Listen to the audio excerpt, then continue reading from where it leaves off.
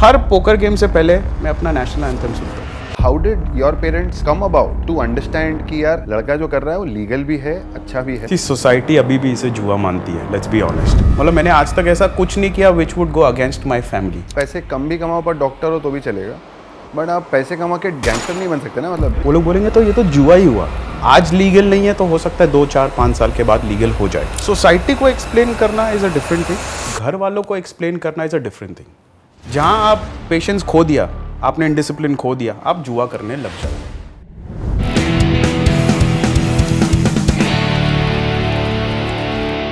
welcome to the show, guys. Today I have a very close friend who is also a poker player, content creator, and does a lot of other things also.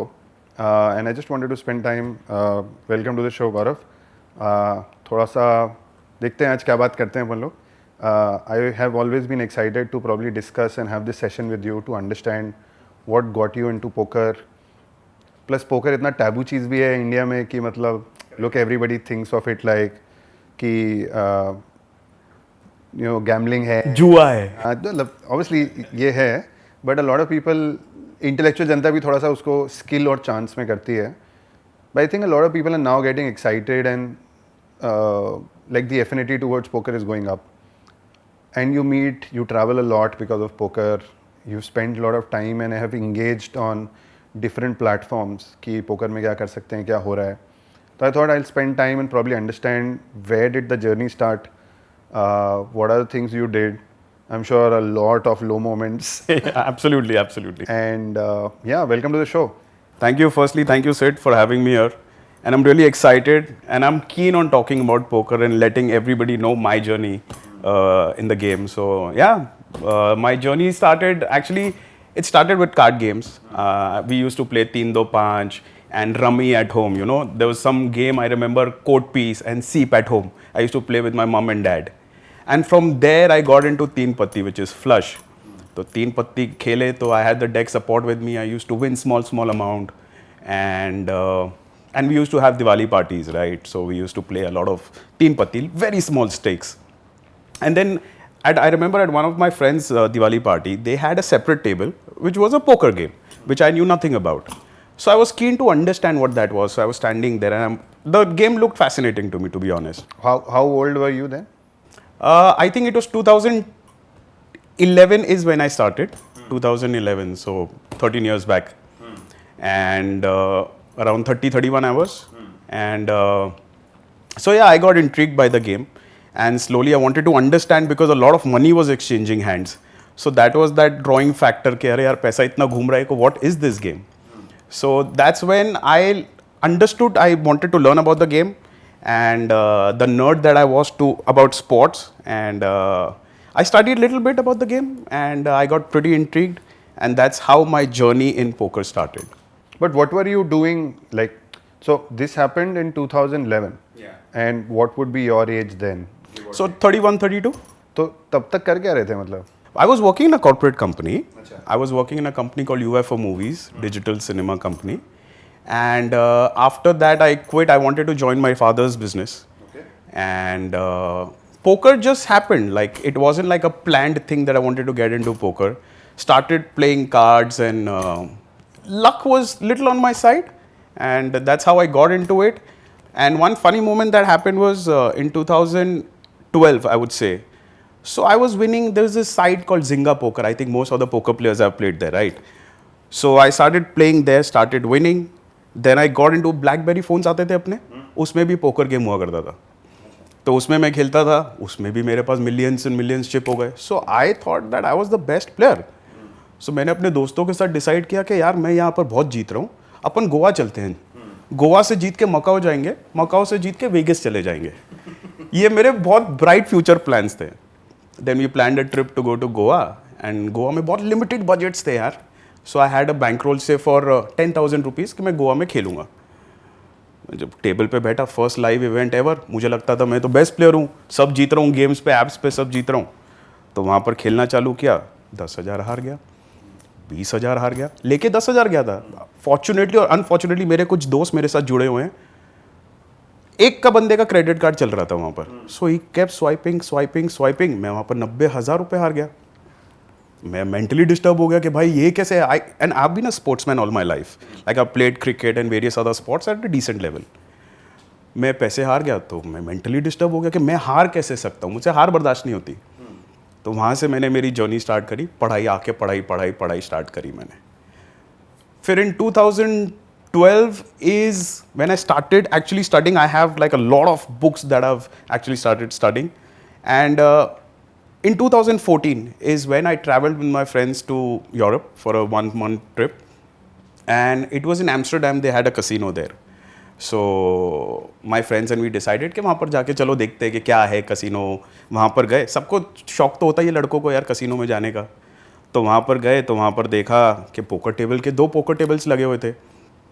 तो I was just watching the game and I am like चलो देखते हैं कि मैं भाई ये क्या चल रहा है, मैंने कभी खेला तो है नहीं, एक बार गोवा में खेला था वो तो हार के पिट के आ गया था। तो यहाँ पर जब जर्नी स्टार्ट करी सो मेरे पास मैंने अपने 100 यूरोज़ निकाले वहाँ पर, और मैं सोचा, मैंने अपने दोस्तों को बोला कि चलो late me just play this game and see how it goes. उन्होंने बोला कि एक काम कर, हमारे 50-50 यूरो भी ले ले, तो 200 यूरो से खेलना चालू कर। तो मैं खेला और आई थिंक 40-45 मिनट्स में 200 का 400 यूरो कर दिया। I was very happy. तो जब मैं उठ के जाने लगा तो एक बंदा मेरे लेफ्ट में बैठा था। So he tells me, you are a professional poker player right? So I said no, this is the second time I am playing on a live table. He is like नहीं, you are a professional poker player. I mean that's not the language that he use, but he is like you are definitely you come here to take a money. So अंदर सीना चौड़ा हो गया कि भाई कोई ऐसा बात कर रहा है, you know how it is. तो खुश तो था बट मैं नाना बोल के उनको चला गया। सो मेरे फ्रेंड्स जो थे ना वो वहाँ पर साइड में खड़े थे। सो उन्होंने मुझे बोला कि गौरव, अगर ये तेरे को प्रोफेशनल पोकर प्लेयर बोल रहा है and you are winning consistently, why don't you take it up as a profession. तब my level of you know studying the game just went up. ये दोस्त ही चढ़ाते हैं गिराते हैं। हाँ मतलब मैं वही कह रहा हूँ ना, फॉर्चुनेटली और unfortunately these 2-3 set of friends were always there. Goa में भी साथ में थे, इधर भी साथ में थे। So that's how I think my real journey of the game start. So if we even talk about poker, 2012 you did like couple of these incidents happened. When did it become full time for you? And what made that switch? So 2014 is when my friends told me to take it seriously. जब मैं उसके बाद खेलना start किया, I had a decent understanding of the game. And to be very honest, I could see money coming in. उस time इतनी सोच नहीं थी, शॉपिंग कर रहे हैं, पैसा जीते, ये आज ये खरीद लिया, आज वो खरीद लिया, ये खरीद लिया। खेलते गए, मेरे दोस्त अभी तक मेरे पे मजाक उड़ाते हैं कि साले तेरी आधी से ज़्यादा वार्डरोब और चीज़ें हमारे पैसों की है। सो मतलब it was that. So what happen in 2017 is when I attended a tournament in Goa. So उसका जो फर्स्ट टूर्नामेंट था मुझे अच्छी तरह याद है। आई केम 12th in one of the big tournaments and मेरे एसेस क्रैक्ट हो गए किंग जैक के अगेंस्ट, नहीं तो मैं चिप लीड पॉट पे था। ओके, So aces crack हो गया, मतलब you were playing a pre-flop Hold'em Texas hold'em game. Texas. And मैं बहुत डिस्टर्ब हो गया उसके बाद कि भाई ऐसे कैसे मैं हार सकता हूँ। तो मैंने और स्टडी चालू करी। हालांकि वो वेरिएंस था, तब तक मुझे इतना नहीं पता था कि वेरिएंस क्या है, ये क्या है इन अ लाइव सेटअप। तो मैं हारा, मैंने और पढ़ाई चालू करी और पढ़ाई चालू करी। सो यहाँ पर एक they something called as PSL, poker sports league, that happened. I have heard of them, yeah. या सो इट वाज लाइक अपने IPL कैसे होता है वैसे PSL है, पोकर स्पोर्ट्स लीग, which have like different teams from different states. तो उसके क्वालिफायर्स हो रहे थे। तो मैंने क्वालिफायर्स, मैंने सोचा कि let me just give it a try, क्या ही होगा। तो मैंने ट्राई किया, I got selected for the Mumbai team. और I remember I was in Bangkok then and इधर ऑक्शन हो रहे थे प्लेयर्स का। मुझे जैसे ही पता चला, that was the best moment, like I still get goosebumps when I am talking about it. I am selected in the Mumbai team and that's where I started playing with international players and the best players in the country. So वहाँ से learning कुछ अलग ही level पे start हुई and it just happened and मतलब वो game इतना mad game है कि मतलब you just want to play and play. I mean it just makes your life so comfortable कि भाई तुम्हें जो passion है तुम्हारा, उससे तुम खेल भी रहे हो, पैसे भी कमा रहे हो, घूमने भी जा रहे हो, लोगों से भी मिल रहे हो। So PSL was more like the IPL for poker. With different teams forming teams. So Bombay की टीम में कितने लोग थे, मतलब because everybody plays for themselves. No, so you're a part of the team. Poker is an individual sport, but now a team has acquired say 8-10 players थे, जिसमें international players भी थे, domestic players भी थे और recreational players भी थे. So it was a combination wherein we were taught the detailing of the games. So PSL happened, and the same year I played a tournament in Bombay, won that, went to qualified to go to Sri Lanka, won that, and then I traveled to Europe for one of the very big games. So that was like the changing moment for me.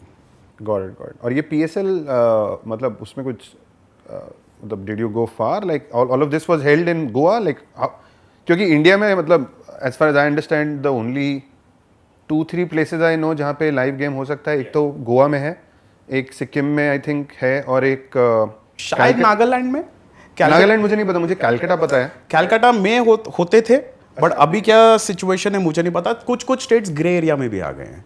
हाँ नहीं हो सकता है, I have not travel to Calcutta for a long time but Kolkata, but I knew couple of places which were like proper, कैसे बोलना चाहिए, setup बना हुआ है, देयर आर पीपल। उस टाइम आप गोवा ही समझो, बट गोवा एंड सिक्किम, मतलब I have gone to Sikkim also, yeah. Greatest place in India I have been to, but और गोवा तो इतनी बार जा चुके हैं यार, बॉम्बे में रहते हुए you keep going to Goa so much that you see वो जो शिप्स पे होता है। तो ये जो PSL हुआ था ये गोवा में ही हुआ था। हाँ जी। So PSL was like a 4 or 5 day event, and since Goa is the only place where you can have legit games, and that was like a turning moment for a lot of players. Like maybe a top player today in the India has come out from PSL. तो which like you said कि वहाँ पे बहुत international players भी आए हुए थे, तो like who were the major players which we know of? I don't know. So one guy was Alec Torelli. Oh, I know him. And I have, so what happened was I've seen their videos, you know, and suddenly you being a part of them, Sam Razavi tha, or Dylan Lind, I don't know if I've got the pronunciation right. तो वैसे और भी players थे, and हमारे India के इतने अच्छे players थे जिनके there was so much to learn from. तो इंडिया में अब मतलब ये जो सीन है, do you guys like as professional, semi-professional poker players, and I would say look, the profession essentially is not grown in India as much because the game has not grown. I think I see a lot of youngsters now speaking about poker more than what 20-30 years ago मेरे mom dad जब वो हम जो Diwali party बात होती थी, या वो जो 3 पत्ती या कोट पीस दहला पकड़, ये जो हमारे it just feels like कि ये इंडिया के गेम्स हैं, but poker is like an is a game, outside game which has come and बहुत सारे लोग अडॉप्ट कर रहे हैं, but profession is such इतना ग्रो नहीं किया है where people are just doing that for a living. But अभी इंडिया में who are the major people who are really at it for so many time, really respected people? I know couple of them but I don't know the length and breadth, and probably like sometimes it also happens, थोड़ा सा mixing हो जाता है। I would love for you to speak about it कि कोई Indian passport holder है पर वो बाहर ही रहता है। अब मेरे को एक तो इस बात से तो एसोसिएशन है ही नहीं कि जस्ट बिकॉज तुम इंडियन ओरिजिन जीन से तुम में दैट यू बिकम इंडियन, हम लोग क्रेव करते रहते हैं अरे वो इंडियन CEO बन गया, ये हो गया, PM बन गया। अरे भाई वो इंडियन नहीं, बट इंडिया सर्कल में पोकर में कौन लोग एज वी से मचा रहे हैं, killing it? So honestly what I have realized it कि आज की यंग जनरेशन जो है 20-25 साल के जो लड़के हैं वो इतनी पढ़ाई कर रहे हैं, इतने, एंड आज पहले क्या था हमारे पास सोर्सेज नहीं थे इतने, पहले हम थोड़ी बुक्स पढ़ते थे, थोड़े बहुत वीडियोस देखते थे। अभी ऑनलाइन कंटेंट इतना अवेलेबल है, और जो बच्चे हैं वो इतना टाइम डाल रहे हैं बिकॉज दे आर, पहले पोकर प्रोफेशन नहीं था, ओके अभी पोकर एक फुल टाइम प्रोफेशन हो गया है जिसमें लोग, you have like solvers, you have so much content available, you have so much coaching available, and these guys matlab you want me to name a few? Yeah, matlab whoever are like, if like I know you who essentially do this for like a profession, I know you are not as mad as just putting like 20 hours or 80 hours a week type. I know people like them also. Plus online hai yaar, matlab most times you can play online only and it's just taxing to be on a screen. But I'm sure there are people who are putting in the hard hours and are recognized by the community. हो सकता है कि वो कहीं बाहर जाके जीते, India में कुछ जैसे DPT is one thing which I have heard a lot about, जो Deltin Poker Tour है if I'm not wrong. Plus ये जो वेबसाइट्स हैं लास्ट 10-20 या 10-15 years, अड्डा है, then I've heard of PokerBaazi has been really at the center of a lot of things now. तब I think 10 years ago 12 years ago poker stars होता था जो इंडिया से बाहर होता था, then Indian website started, and then उसके बाद तो आई थिंक लास्ट 10 years में बहुत सारी वेबसाइट्स आई हैं। बट देर मस्ट बी, मतलब there are that set of people, एक कम्युनिटी बना लेते हैं, वो कम्युनिटी में रिकग्नाइज जनता है कौन कौन सी? So one of the best players that I've played with, he's not the current generation. One of the best names, a great person is Danish Sheikh. Danish Sheikh. Yeah. Okay. वो बंदा इतना सिंपल है, मतलब मैंने PSL के टाइम पे देखा था, trust me when I am saying this, जो इंटरनेशनल प्लेयर्स आके भी उसके साथ बैठ के दे अंडरस्टूड दैट कि बस उन्होंने गलती करी है, हमारा क्या है कि बाहर से आए हैं तो मतलब वही माई बाप है और उनको ही सब कुछ आता है. मेरे को याद है कि मैं एक हैंड में I was sitting with Danish and he was again part of the Mumbai team, and there was an international player who made an error जिसकी वजह से, error नहीं actually, उन्होंने कोई कॉल लिया था, तो the team got really upset कि बॉस ये कैसे, मतलब team got out of it or whatever. So that player was little upset कि बॉस ये मुझे कॉल लेना चाहिए था, ये डिसीजन लेना चाहिए था कहीं during the game. And the way Danish explained to that person, and I was just sitting there as a newbie, मतलब इट वॉज सो अमेजिंग. जो बंदा काम है, जिसके फंडामेंटल्स इतने अमेजिंग है, that guy is on a different level all together. I don't know if he currently plays और no, but he was also a coach. He had his own stable wherein he used to coach a lot of players, and a lot of good players have come out of it. One top name again, which I keep hearing, is Gaurav Sood. Gaurav Sood, I've heard of him. Yeah, he's like crushing the games. He's like, he came out from PSL. I don't think he had like a background before PSL. He came out of there and put in the hard work, and now he's doing, like, his scores are massive. So I think he's one guy who people look up to, and he's one guy who's made this look as a profession. But are these people now, like, are these people primarily now playing online, या फिर जनता Goa shift हो गई है? क्योंकि एक तो जीजी, मतलब, and by the way I call you Gigi as like you're a close friend. I see a lot of time it is far more enjoyable to play with people in real life. Like, जनता उसको math simulation की तरह खेलना एक अलग चीज़ है, but just to spend time with people on table, chit chat with them, एक दूसरे की टांग खींचना, in the sense, the banter, the sense of energy transfer when you win or lose, वो एक अलग, like, that's something I crave for. का अलग मजा है. But if you are here to make money, you have volume game है ना. Online में आप बैठे बैठे, अगर फॉर एग्जाम्पल अगर आप लाइव खेल रहे हो तो 1 घंटे में आप 18 से 20 हैंड खेल सकते हो. वही अगर आप ऑनलाइन खेल रहे हो तो उसकी कोई लिमिट ही नहीं है, आप कितने मल्टी टेबल्स लगा सकते हो, कितने हैंड्स खेल सकते हो. And plus if you're a studied player, you would want to put as much volume and make the best decisions most of the times. So यहाँ पर लाइव और उसमें ये फ़र्क आ जाता है कि ऑनलाइन में आप ज़्यादा खेल रहे हो और आपके ओवरहेड्स नहीं है, कहीं पर आपको ट्रैवल नहीं करना. And so that is what I think is the major factor here. No, so the question I was getting to was, क्या बहुत सारी जनता, जैसे जो people were celebrating, you said Gaurav Sood and Danish Sheikh, ये लोग अभी online खेलते होंगे? ऑनलाइन ज़्यादा खेलते हैं. तो ऑफलाइन वाली जनता क्या गोवा शिफ्ट हो जाती है क्या? मतलब how is there lifestyle? Are people doing that, or are people still doing the one-off trip to Goa, playing there for 5-10 days? अगर आपको प्रोफेशनली खेलना है, फुल टाइम खेलना है, तो आपको ऑनलाइन खेलना ही खेलना पड़ेगा. लाइव टूर्नामेंट्स ऐसे नहीं है, they are all around the circuit, full time नहीं चलता, and it's not easy for everybody to travel everywhere. So अगर आपको फुल टाइम खेलना है तो आपको ऑनलाइन खेलना ही खेलना पड़ेगा. उसके दौरान there are tournaments that keep happening in Goa. आजकल इंटरनेशनल वियतनाम में लोग जाने लग गए हैं, वेगस बहुत सारे लोग जाने लग गए हैं. तो प्राइमरीली अगर आपको पैसा बनाना है तो आपको ऑनलाइन खेलना ही खेलना पड़ेगा. By the way, I really like the idea of understanding the game from a very psychological first perspective, and we should probably spend some time there as well, because of a lot of times I've seen people playing poker.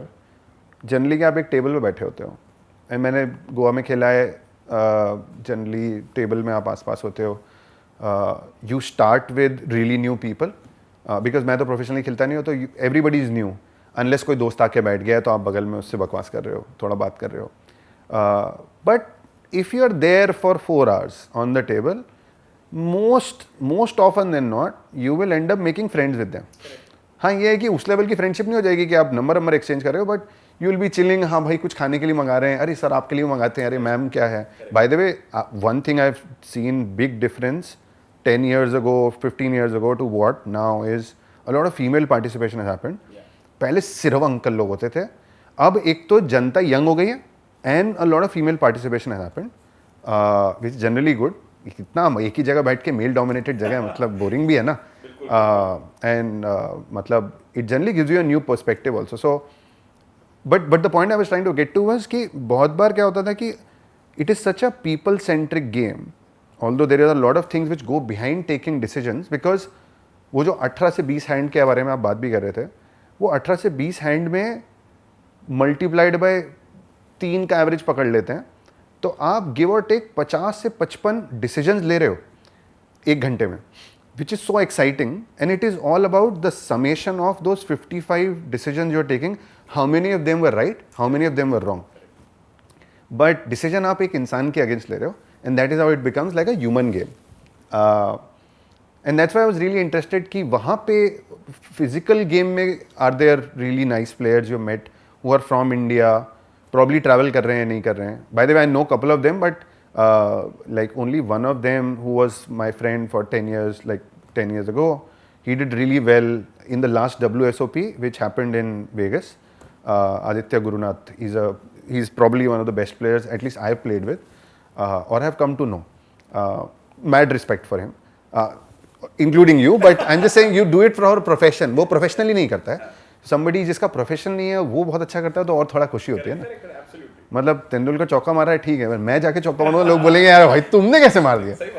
So I think who are those people who are crushing in the live scene, live event, live circuit?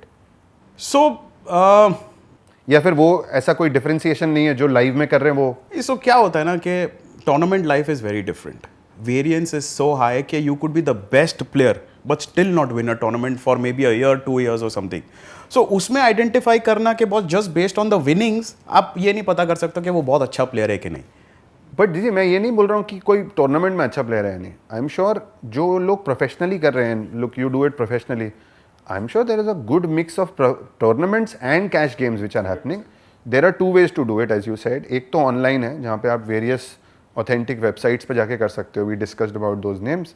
और दूसरा ये है कि आप live खेल सकते हो जो इंडिया में गोवा या सिक्किम में होता है. Predominantly like 99.9% volume of the game essentially happen in Goa. तो वो लोग भी तो दोनों करते होंगे ना. And since people are like ऐसा ड्राई स्पेल आता है कि टूर्नामेंट आप जीत ही नहीं रहे हो but they are doing it as a profession, तो मैं आई एम श्योर उनका पैसा कैश से बनता होगा. तो are there people who are doing really well in the No, I'm not saying I'm doing well, but what I'm trying to say is this is how I play the game. Like tournament का bank role लेने के लिए cash से कमाओ, tournament के bank role में डालो. और आपका जो क्वेश्चन है, are there players doing well? Yes, a lot of players are doing well. अगर आप नाम पूछो तो मुझे एग्जैक्टली उनका एक है Vinayak Bajaj that I know of, one is Mithun Mahesh, and these guys are really good. Like they'll put you into blenders, man. When if you're playing against them ना तो फट के हाथ में आ जाती है. मतलब हमेशा आपके गला ही दबाते रहेंगे वो लोग. बट मैंने एक चीज़ देखी है जीजी कि when you go to places like Goa or even I've traveled abroad and played couple of times, just fun. Like I remember again Europe में घूम रहे थे हम लोग कहीं पे, crazy session I played, just luck based, made 10x in 3 hours and पूरे Europe की शॉपिंग हो गई थी उससे. बट मैंने एक चीज़ नोटिस की है, I think there are 2 types of professional players, ऐसा मुझे लगा. और वो मैं बिल्कुल एनर्जी लेवल पे बात कर रहा हूँ. Some like they give a very different vibe. आप मुझे आउटप्ले कर रहे हो, मेरे पैसे ले रहे हो, which is fine. I think everybody who sits on a poker table comes with a notion कि भाई ये सारे पैसे जा भी सकते हैं. तो I think everybody knows the downside risk also, which by the way तुम जो कैलकुलेट करके गए उससे ज़्यादा ही होता है. लाइक यू सेड, सोचा था 10,000 हारूंगा पर 90,000 हार गए. But why are there very very nice positive energy poker players and very very negative energy poker players also? Like I would love to sit, if I had the chance to sit on a poker table with Daniel Negreanu. I think Daniel Negreanu के बारे में लोग बहुत बात करते हैं. He's obviously great, but a lot of people speak to him because I think he gives a very strong positive vibe.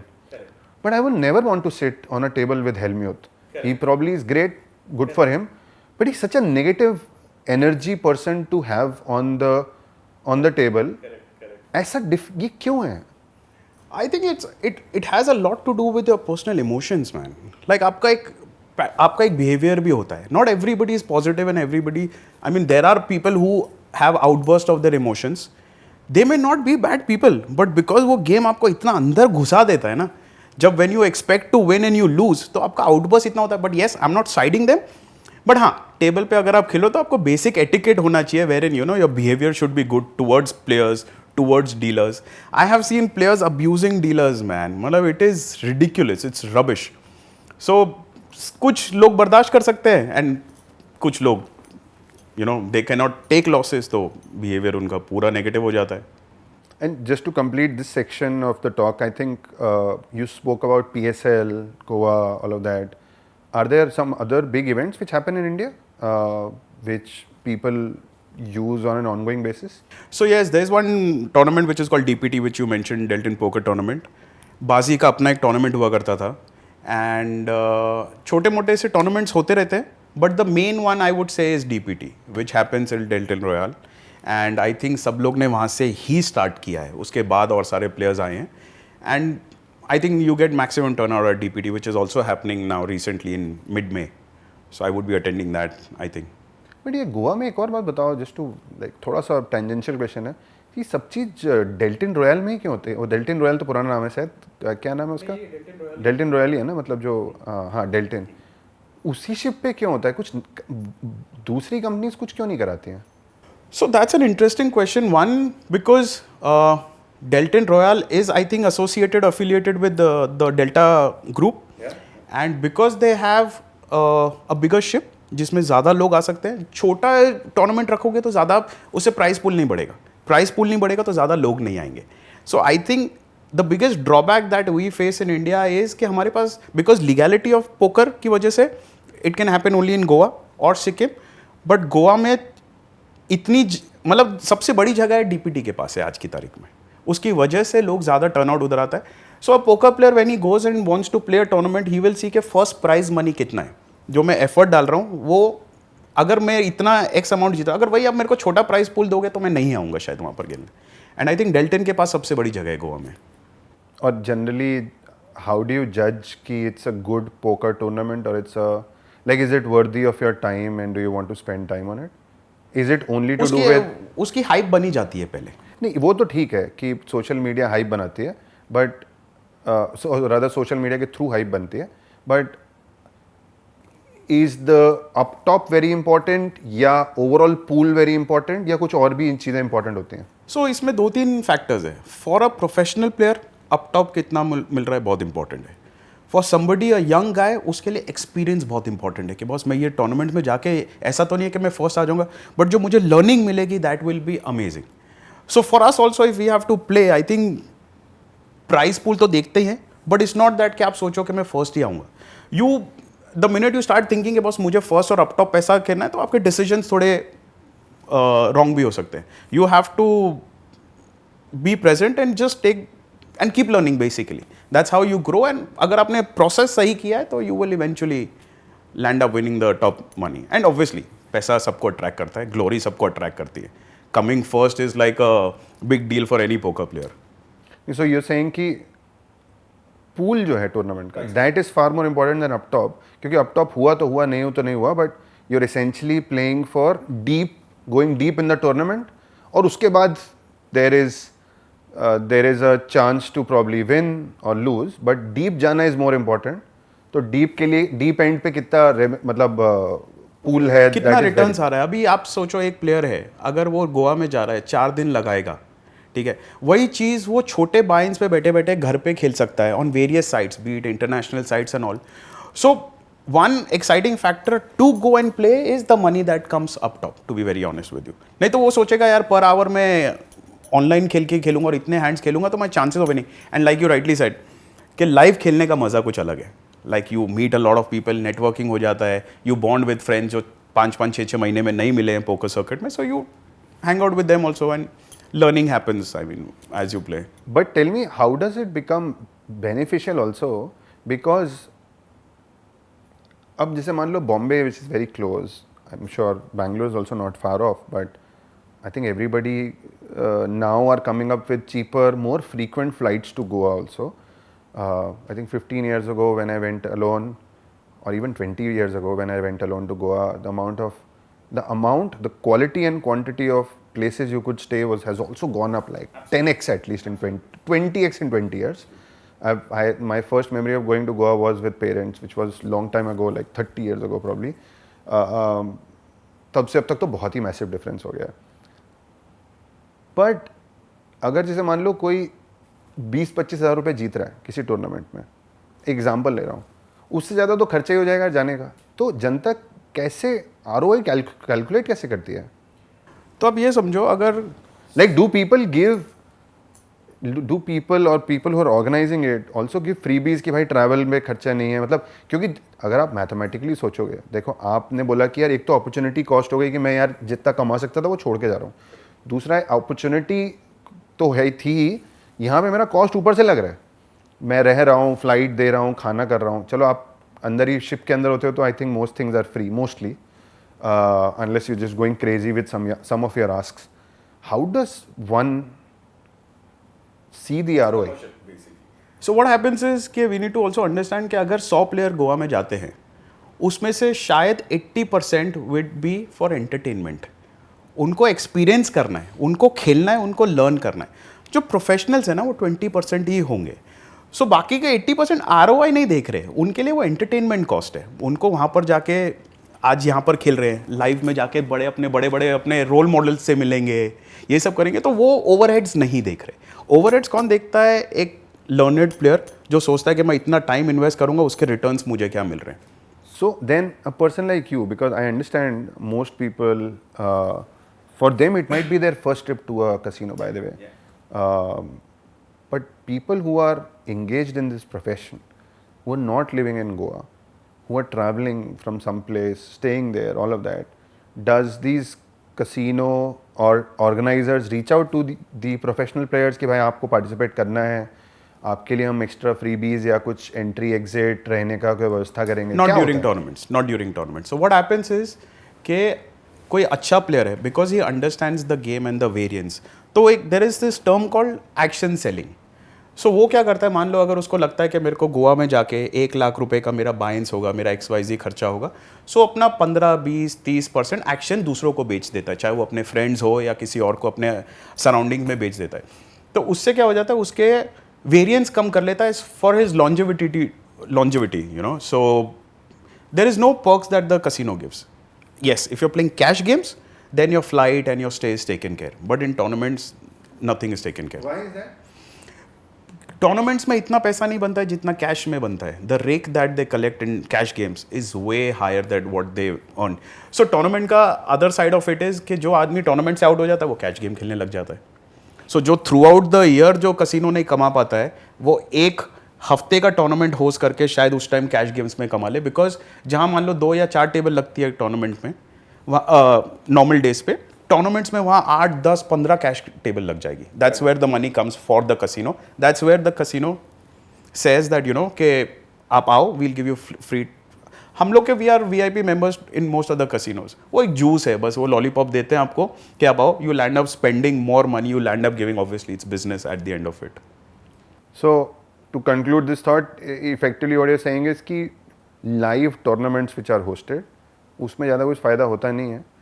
तो but it becomes like a hook to eventually do really large cash festivals, जिसके लिए बहुत सारे लोग आते हैं. Plus ये भी तो है ना कि टूर्नामेंट हो रहा है तो लोग निकलते जाते हैं, वो अब शिप छोड़ के तो जाएंगे नहीं, फिर वो कैश टेबल बैठते हैं और कैश में फिर एसेंशियली 10-20x ज़्यादा पैसा बनता है. कहीं अंदर से तो बंदे को लगता ही है ना कि मैं अगर फर्स्ट आ गया तो. वो तो ठीक है, बट मैं कह रहा हूँ फिर from a casino perspective it becomes a hook to do cash. Correct, absolutely. तो Gigi, like any other profession, obviously this is also something which parents, you know, get involved in. Society has a view. Friends and family tell you ये सही है, गलत है. How was that working out for you? I'm sure, look, without the support of the people, family and friends, it becomes difficult. How has that been for you, and how is generally your observation this has been with others you know of? So I think when I started, for the longest time, I obviously didn't tell at home that I was playing poker. And so like I said, my biggest Hurdle was cleared when I joined PSL. When I got into the Mumbai team, suddenly when I told my family that I'm a part of the Mumbai team and it's a legit game, and to add to that, Vishwanathan Anand was the brand ambassador for the game and he's a big name, right? So that just helped me convince them that I'm not gambling, I'm doing something legit. And whatever people think, unki perception kya hai, that is something that you don't need to look into. I am doing decently well for myself. I am not gambling. Yes, there are people who would gamble, but a studied player is not gambling. And और क्या होता है ना, जब आप घर में पैसा लेके आना चालू कर देते हो ना, तो लोग सोचते हैं कुछ तो ठीक कर रहे हैं. नहीं वो ठीक है जी जी, मेरा पॉइंट इसमें ये था कि क्या है ना कि एक लीगैलिटी और एक societal inference towards what you do is also very important.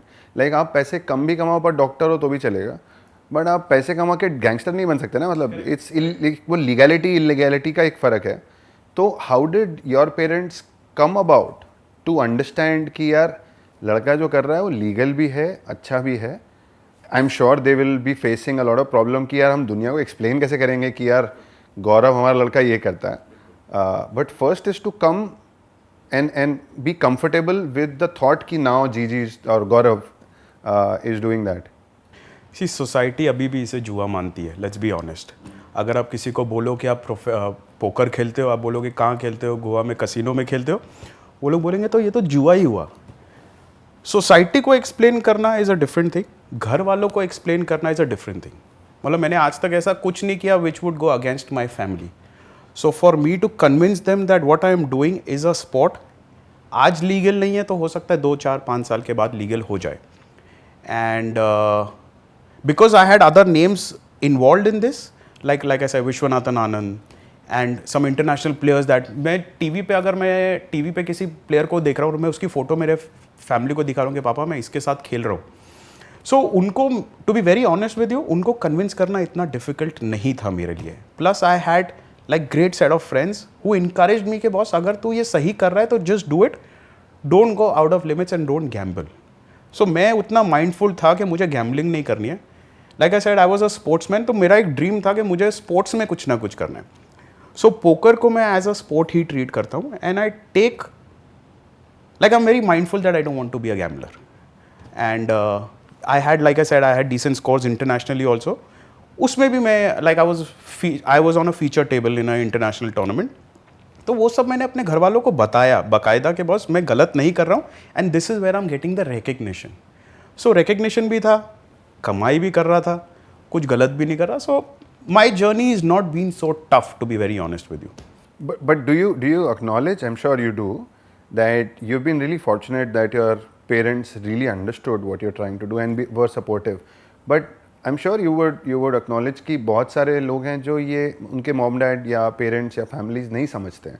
How should they approach this as, because look, I'm sure somebody who becomes a professional poker player, it's first their heart is in the game and then it's about explaining people कि मुझे करना है.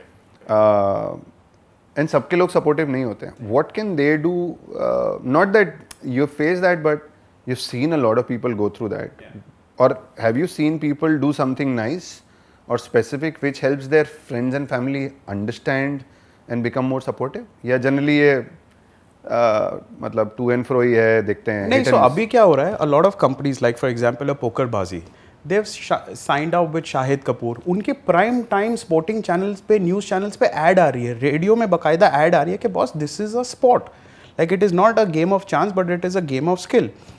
Mahendra Singh Dhoni, Suresh Raina and all have been a part of poker somewhere or the other. In that case, in that sense, it's very easy to convince. आज पहले ऐसा नहीं था. अभी इतने सारे आप देखोगे, बहुत सारी एड्स हर जगह पे दिखती है, बहुत सारी होर्डिंग्स हर जगह पे दिखती है. सो उसमें घर वालों को भी ऐसा लगता है, तो थोड़ा एक्सप्लेनेशन उनको कन्विंस करना थोड़ा सा सिंपल हो जाता है. नहीं ये तो है, मतलब I know and have seen this happen. A lot of times something, look, the fear of unknown goes away when you spend a lot of marketing dollars and come on TV. Correct. And if you're doing this over TV plus cricket, I think that legitimizes a lot of things in life.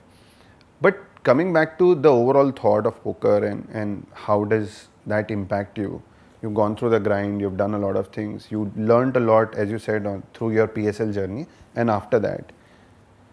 And given that we just spoke about how it is perceived still as jua, there are places which have allowed for such things to happen, like we discussed Goa and Sikkim. But as far as I understand, and correct me if I'm wrong, it is a combination of skill and chance.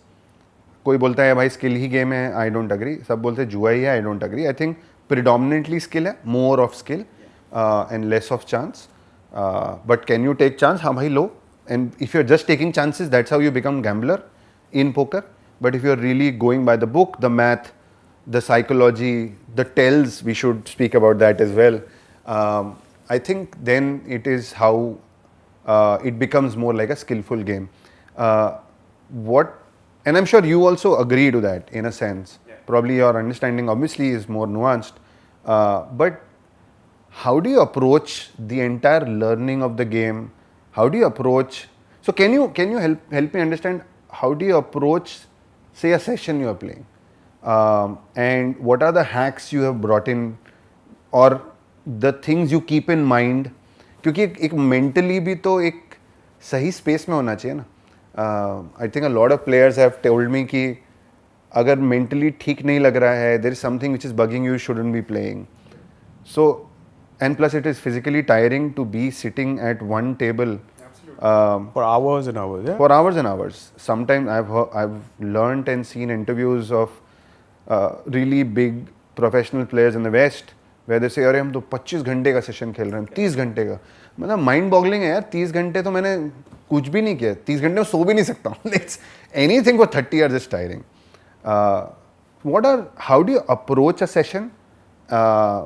And what are the basic things you keep in mind? And if you can, also share with me some of the hacks you probably have developed or have learned over time. So one thing, like you said, it's predominantly a game of skill. I would say yes. And it's also a game of chance. It's a game of skill for player who studied. And it's a game of chance for recreational players. उनको फ़र्क नहीं पड़ता, उनको study नहीं करनी. So उनको जो आता है, so basically मैं एक एग्जाम्पल देता हूँ. Just because you can hit a ball with the bat doesn't make you a cricketer. So poker में ये आता है, just because you know the rules and you know the way it is to be played doesn't make you a poker player. वो category gamble कर रही है. जो studied player है वो एजुकेटेड डिसीजंस ले रहे हैं. So that is where it becomes a game of skill. Now coming back to me, I have worked really hard. Like the basic hack is to get a fundamentals right, to be very honest. मतलब जनता जो खेल रही है उनको लगता है आता है, वो अपने दोस्तों के साथ डिस्कस कर रहे हैं. जब जीतते हैं तो उन्हें वो झाड़ पे चढ़ जाता है कि भाई हमें तो सब कुछ आता है. But that's not how poker works. You have to have the fundamental knowledge of the game and the hack is it's a long term game. You have to be discipline and patient. जहाँ आप patience खो दिया, आपने indiscipline खो दिया, आप जुआ करने लग जाओगे. सो there is a lot of working that needs to be done on yourself, on your mental state of how you play the game. So I'm going to reveal something very important that I've never ever told anybody. So how I approach this game. Any session that I go to, and it might sound little weird or whatever, it's not weird. Her poker game से पहले मैं अपना national anthem सुनता हूँ. And that just charges me, and I'm not just saying it. Like how you see in sports, like players खड़े होते हैं. For me, that's when my game starts. कि national anthem सुना and I get into my zone. Okay? मैं कहीं पर भी जाऊँगा, ड्राइव करते करते अपने कार में वो लगाऊंगा. That's how I approach the game. तो वो एक ट्रिगर पॉइंट बन जाता है. एक ट्रिगर पॉइंट बन जाता है कि बॉस मुझे हारना नहीं है. आउटकम मेरे रिजल्ट्स मेरे हाथ में नहीं है. I have to give my best. So it just changes me as a person कि बॉस मैं टेबल पे बैठा हूँ, मैं गेम नहीं खेल रहा हूँ, मैं काम कर रहा हूँ, मैं एक स्पोर्ट खेल रहा हूँ. जहाँ आप गेम गेम गेम बोलने लग जाते हो वहाँ पर सीरियसनेस शायद थोड़ा कम हो जाता है. वही आप उसको बिजनेस, वर्क या स्पोर्ट बोलने लग जाते हो तो मेंटली आप अपने आप को ट्रेन कर लेते हो कि बॉस यहाँ पर तो मुझे जीतना है. So that is. But quick question, मतलब does it not take away the fun of playing the game? Fun तो है ही. आप इंटरेक्ट कर रहे हो लोगों से. फन, आप लोगों से इंटरेक्ट कर रहे हो, आप नेटवर्किंग कर रहे हो. आप आज हम और आप कैसे बने? दोस्त बने ना टेबल पे. मतलब मैं अपने जोन में था बट हमने फिर भी फन एलिमेंट्स तो किया ही. बट जहाँ डिसीजंस लेने की बात आती है वहाँ I have to be fundamentally strong. So that's where My zone starts pre-game from there, and then when I'm on the table, I think I will make your life hell. मतलब मैं आपको जीने नहीं दूंगा इतना. My strategy is to be aggressive. Obviously, it's not just a basic strategy which is everywhere, but I adapt as to the dynamics of the table. But my basic strategy is कि बस मैं आपको जीने नहीं दूंगा, आपको इतना pressure डालूंगा, इतना एग्रेसिव खेलूंगा, बाद में जो होगा देखी जाएगी. I would love to probably rephrase. I understand what you mean by जीने नहीं दूंगा. I think just for the audience, I think what you're saying is you will make, look, everybody's taking a lot of decisions. You will try and make my decision taking ability as tough as possible. Absolutely. And make those questions which you are throwing at me, situations you are creating, tougher by the moment, so that I'm not getting a free walk in the park. Absolutely, absolutely. So that is usually my strategy, and then obviously as the game goes. So one of the very important factors is human behavior. मतलब I have to know the mental makeup of the other person. जो हम 15-20 minute में या आधे घंटे में पता चल जाता है कि हम प्लेयर प्रोफाइलिंग कर लेते हैं कि बॉस ये बंदा, अगर आप जब बैठे हो तो आपका माइंड फ्रेम क्या है, आप टेबल पे क्या लेके आए हो, आप पैसा जीतने आए हो, आप एंटरटेनमेंट के लिए आए हो, आप दारू पीने आए हो, आप नेटवर्किंग करने आए हो. तो उसके बेस पे प्रोफाइलिंग हो जाता है प्लेयर का कि बॉस ये this guy is willing to lose so much, और यहाँ से मुझे इससे थोड़ा ध्यान रख के खेलना है. बट एक और बात बताओ, like I have never seen a lot of these professional players who I've seen, at least met or tried to make sense of, जो आके बैठते हैं, and they generally dress not really flashy.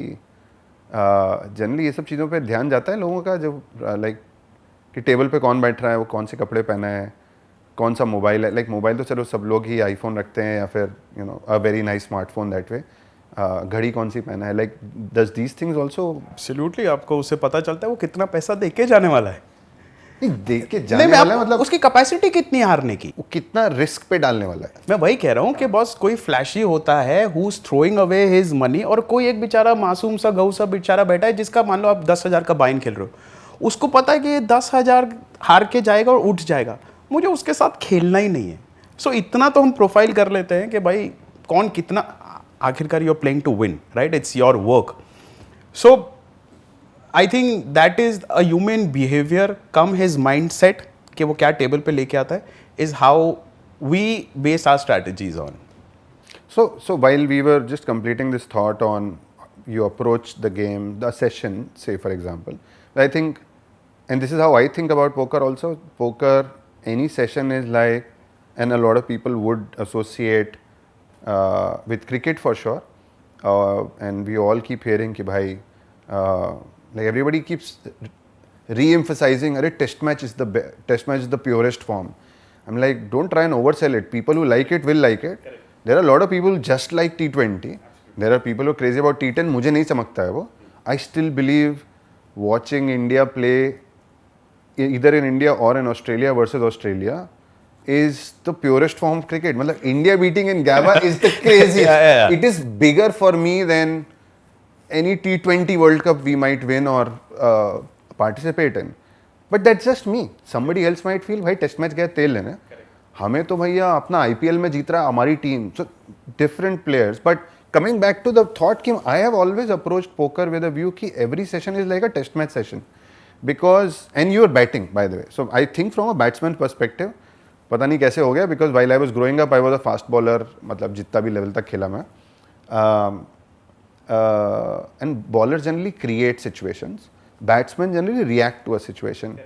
But I realized the number of times you're dealt are the number of balls you face. Yeah. And to approach it like a test match session helps you because you don't have to play every ball. You need to learn how to leave the ball. And most people who gamble, in my understanding, उनको हर ball खेलनी है.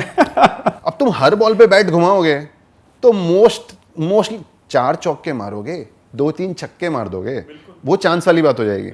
But तुम 8वीं 10वीं 12वीं ball पे as देके जाओगे, तुम्हारी टीम आउट होगी, and that's how you will lose in a test match. Correct. तो ये मैं रखता हूँ. But when, and this is a recreational player, मैं कितनी बारी गोवा जाके खेल लूँगा. How does a professional poker player generally approach a session also? Is this, मतलब मेरी एनालॉजी है, मैं नहीं कह रहा हूँ बड़ी चमत्कारी है, बट मुझे ठीक लगती है. आप और क्या हैक्स बिल्ड करते हो, like I'm sure, as you said, कि यार how is the person throwing off the image of having money? And I've seen a lot of professional poker players जो कि नई नई जनता जो बहुत यंग बच्चे आते हैं, they're like भाई उस टेबल पे नहीं बैठना है क्योंकि यार probably they're smarter, probably they're studied. I'm sure professional poker players have gone through that grind कि वो थोड़ा और डेल्टा उनका बहुत ऊपर होगा from a studied perspective. But वो सामने वाला अगर मैं मेरे से तो कम भी है, मैंने उसको बीट भी करती तो कितने पैसे बन जाएंगे, because you are also looking at the juice which is coming out while you are squeezing the entire situation which is getting created. What are the other hacks you put in place? क्योंकि आपने बोला एक चीज़ की यार mentally taxing भी तो है, and I am sure उसी का एक वेरिएंस है या एक वर्जन है. जब आप हारते हो तो आप टिल्ट पे जाते हो, and probably we'll quote what tilt is you might want to speak on it. How do you manage all these different situations? क्योंकि जी अगर आप खेल भी रहे हो and if you're leaving the balls, but there are couple of balls you are middling, couple of times आप edge करते हो, catch छूट जाता है, तो there are positive events happening during that 4-5 hour session. There are negative events happening, and by the way, if you're a good player, most of the times nothing is happening. Correct. How do you manage all of that? Mentally कैसे hack बनाते हो आप? So firstly, we don't, as poker players who are playing professionally, we don't really count just the session. It's a long-term game. So it's a waiting game. Like I said, discipline and patience are the most important factors in poker. So हम एक पुजारा भी है जो ball छोड़े जा रहा है, जब उसको मौका मिलता है वो चौका मारता है, इसलिए वो 200, 300 रन भी बनाता है. सो हमें सिर्फ और सिर्फ ये बैठना है, हमें प्लेयर्स के साथ ज़्यादा उलझना नहीं है कि हर एक हैंड में उलझना है. हमें हर बॉल खेलने का मतलब like I said test match है, लाइक यू सेड, सो हर हैंड में उलझने के बीच वहाँ पर पब्लिक आई है, पैसा देने आई है. You just have to wait, be patient. आपका कुछ लगेगा, सामने वाला पैसा देके जाएगा, बिकॉज उससे रहा नहीं जा रहा है, वो अंदर से पूरा उतावला हो रहा है कि मुझे हर हैंड खेलना है. So that is one of the biggest things that people don't realise is that I have also learn the hard way कि मुझे हर बॉल में खेलना है, मुझे हर स्टेप पे जैब लेना है, उस पर उसको पंच मारना है, 1 पंच नॉकआउट करना है. It doesn't work like that. So you have to wait, you have to be patient, and that is one of the biggest hacks. Public क्या करती है, उनको फैंसी प्लेस में बहुत मजा आता है, मैं ब्लफ करूंगा, ये करूंगा. पोकर इतना कॉम्प्लिकेटेड भी नहीं है जितना लोगों ने बना रखा है. अगर आप उसको सिंपल तरीके से खेलो, माइंड को कंट्रोल करके खेलो, तो I think the journey becomes little more easier. I am not saying कि स्मूथ हो जाती है, because variance ultimately will kill you. नहीं, आई थिंक ये तो बहुत ही फेयर पॉइंट बोला आपने कि इतना कॉम्प्लिकेटेड है नहीं. I think it becomes complicated when really skilful people are playing against each other. And I think the problem which comes about is a lot of people see poker which is played on feature tables, shot and presented on YouTube by professional players of the west. पर आप ये नहीं देख रहे हो यार कि वो सारे स्किलफुल जनता है जो आपस में जो बेसिक स्किल रिक्वायर्ड है उससे बहुत ऊपर आ चुकी है. Now they are making these different jabs and movements happening. आप जनरल एवरेज बंदा जो खेलेगा, जैसे भी ऑनलाइन खेल रहा है या फिर गोवा जाके खेल रहा है, उसको इतना दिमाग लगाने की जरूरत नहीं है यार, क्योंकि तुम्हारा ओपोनेंट उतना दिमाग नहीं लगा रहा है. आई थिंक वो क्या है कि what they see is what they act.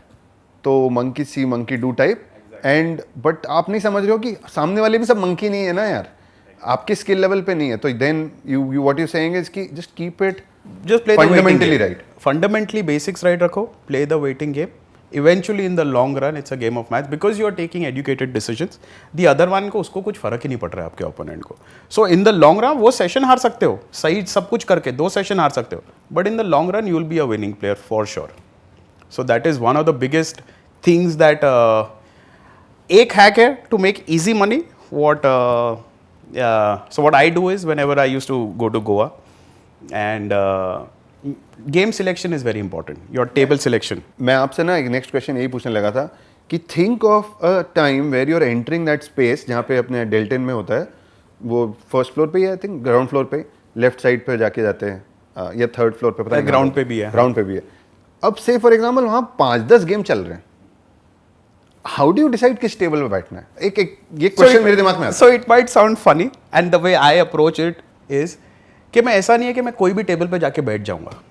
मेरा फर्स्ट हंटिंग ग्राउंड होता है कि there should be a pretty girl sitting on the table. I tell you the reason behind it. I am not sitting for her, because जो उसके इर्द गिर्द जो लौंडे होते हैं ना, जो तो वो उसको इम्प्रेस करने की फुल कोशिश करते हैं. चाहे वो लूज खेलने लग जाएंगे या अपना मनी पावर उसको दिखाने लग जाएंगे. They will do something out of their comfort zone. or the outside of their ordinary behavior. As absolutely. So because she is so attractive, लोग बोलेंगे कि boss, I can't be bluffed out. Oh, I want to play and I want to. They'll force themselves to win. So उसमें आप चुपचाप बैठो, लोगों को जो करना है करो. जैसे ही वो आपको फंसे, you will win. So this is my thing, and trust me, Sid, when I'm saying this, it has worked for me all the time. There could be 5 different tables, और हो सकता है कि मैं 5 टेबल को I could be a better player than that. But एक pretty लड़की वहाँ पर बैठी है, आपको पैसा मिलना ही मिलना है. But is that pretty लड़की playing the game or is she could be playing or she could be the casino royale में जैसे दिखाते हैं कि पीछे किसी के बैठी हुई लड़की हो, चाहे कुछ भी हो, लड़के बौखला जाएंगे. वो कुछ ना कुछ आउट ऑफ द बॉक्स करने की कोशिश करेंगे. या आप अपनी मनी पावर दिखा रहे हैं, या एरोगेंस दिखा रहे हैं, या ईगो के साथ खेल रहे हैं. That is where you make money. वैसे I have seen and I can recall a times where there is a male playing and पीछे ही वो चेयर लगा देते हैं and there is a female sitting. Generally मुझे तो ना ऐसे में बहुत सैड लगता है उस लड़की के लिए, क्योंकि यार पोकर अच्छा गेम है, बट जब आप खेल रहे हो तब मज़ा आता है. देखने में आप बैठे हो बोर है, पता नहीं क्यों बैठे हैं वो. तो मैं कभी कभी सोचता हूँ कि लड़की क्यों बैठी हुई है.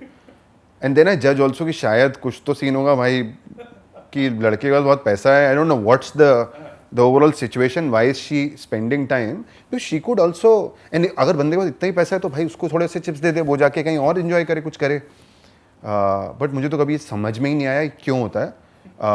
And while I was telling you कि one thing I've seen change over time is there is a lot of female participation. So अब ऐसा नहीं है. पहले 15-20 साल पहले क्या होता था कि there were girls who are sitting with somebody who is a male friend or a husband or somebody. Bye the way brother in a lot of cases जो खेल रहा है, बट अब वो बंदी टेबल पे आ गई. So female participation has gone up and I can understand कि भाई फीमेल पार्टिसिपेशन भी है तो इवन बेटर होना चाहिए उस केस में. बिल्कुल, क्योंकि अब तो आप डायरेक्टली एंगेज कर सकते हो. एग्जैक्टली. तो उसमें भी I think good female players know this also. So good female I am player, sure they know. 100%. Good pretty looking female players, क्योंकि good at the game. Pretty looking, you're just pretty looking, मतलब defined by whatever standards people might have. I'm not trying to define who's pretty or not. Everybody is pretty.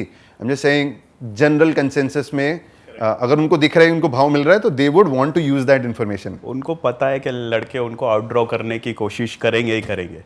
वो बेचारी अपना temperament सही रखती है. उसने 3 bet किया तो लोग जानबूझ के 4 bet करेंगे, कुछ ना कुछ. फालतू अल्फा बन के जनता पैसा गंवाती है.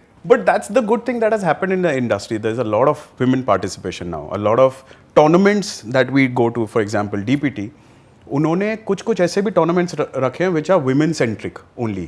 Yes.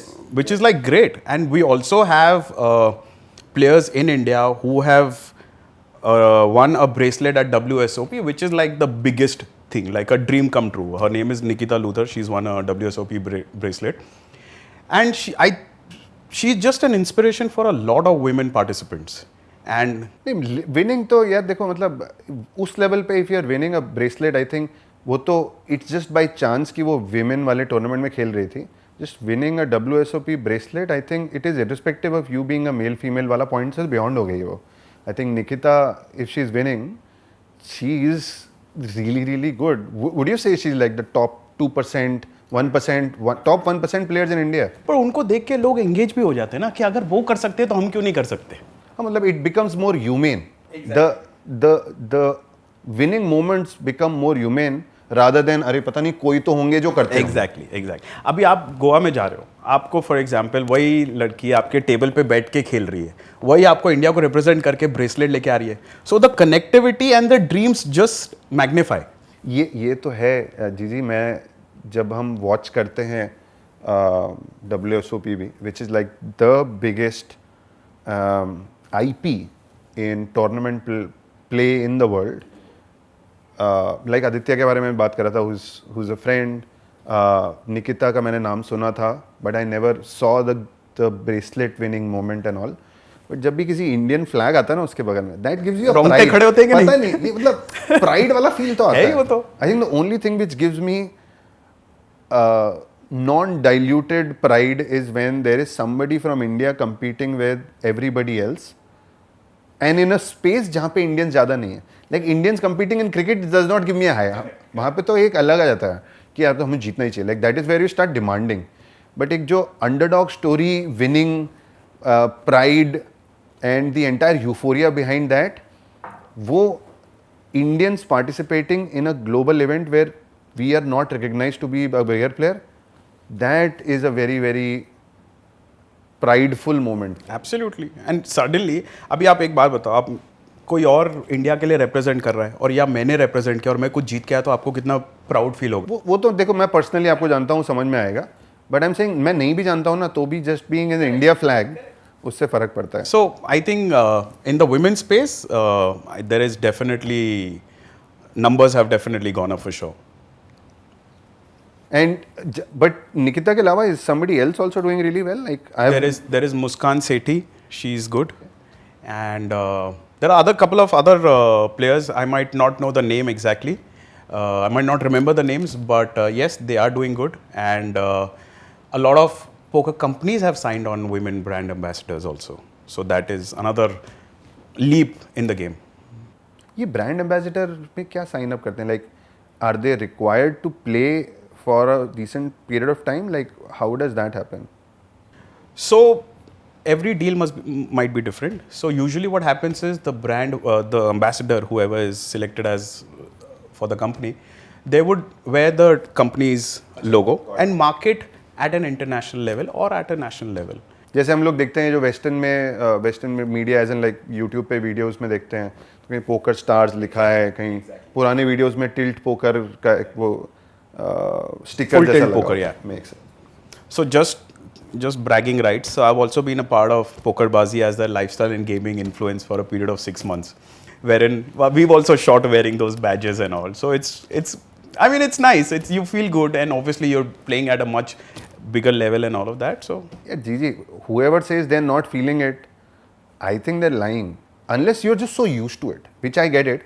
कि अब तुम हर समय लगा के रख रहे हो, I'm sure that 100th time you will put it, you will not get that feel. पहली बार तो अच्छा लगता ही है. बिल्कुल अच्छा लगता है. And that's how you are human in any. आपको कॉल भी आता है कि आप you they want to sign you. It's just a feel good factor. True.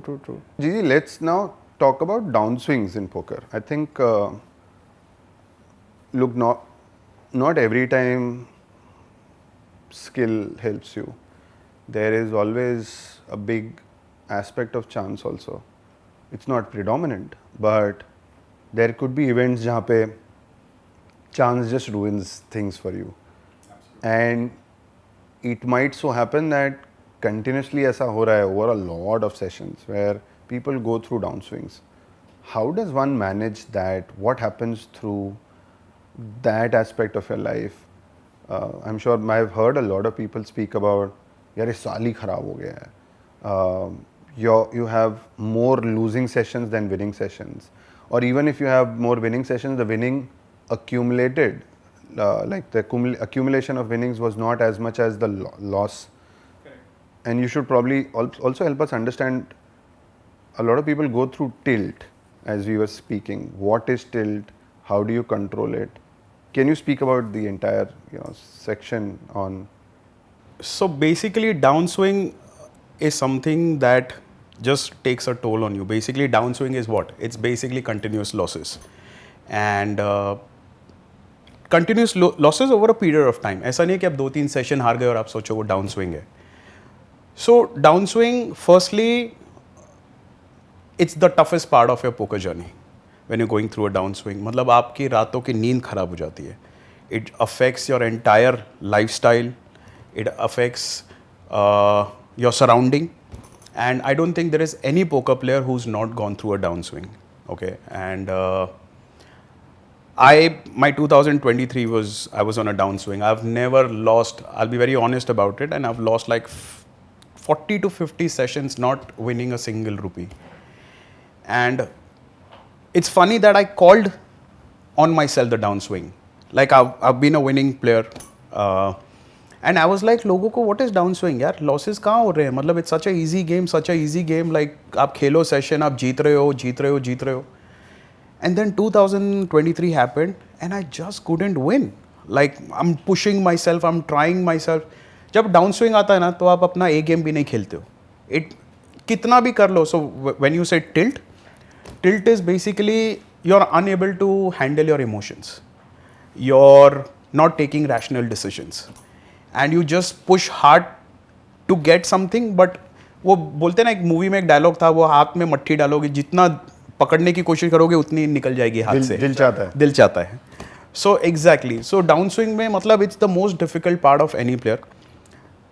The way I deal with down swing is firstly you need to accept the fact that down swing will happen. कितने भी अच्छे player होने दो, आपका एक phase आएगा ही. जिस आप सचिन को देख लो यार, क्रिकेट में आउट ऑफ फॉर्म एक पैच आता है. रिसेंटली विराट कोहली का था where he took a break for a month and then he just got back stronger. Yeah, he did not score a century for a lot of... Exactly. So, downswing is the toughest part and it just challenges you कि boss वहाँ पर पता चलता है कि आप एक long term player हो कि नहीं हो. बहुत सारे प्लेयर्स आते हैं जो डाउन स्विंग के टाइम निकल जाते हैं बाहर. बहुत कम लोग होंगे जो डाउन स्विंग को पार करके they go ahead. The only way I feel to deal with down swing is first you need to have the understanding of the game. ये नहीं कि आप गेम आता नहीं और आप सोचो मेरा यार मैं तो हार रहा हूँ तो मेरा डाउन स्विंग है.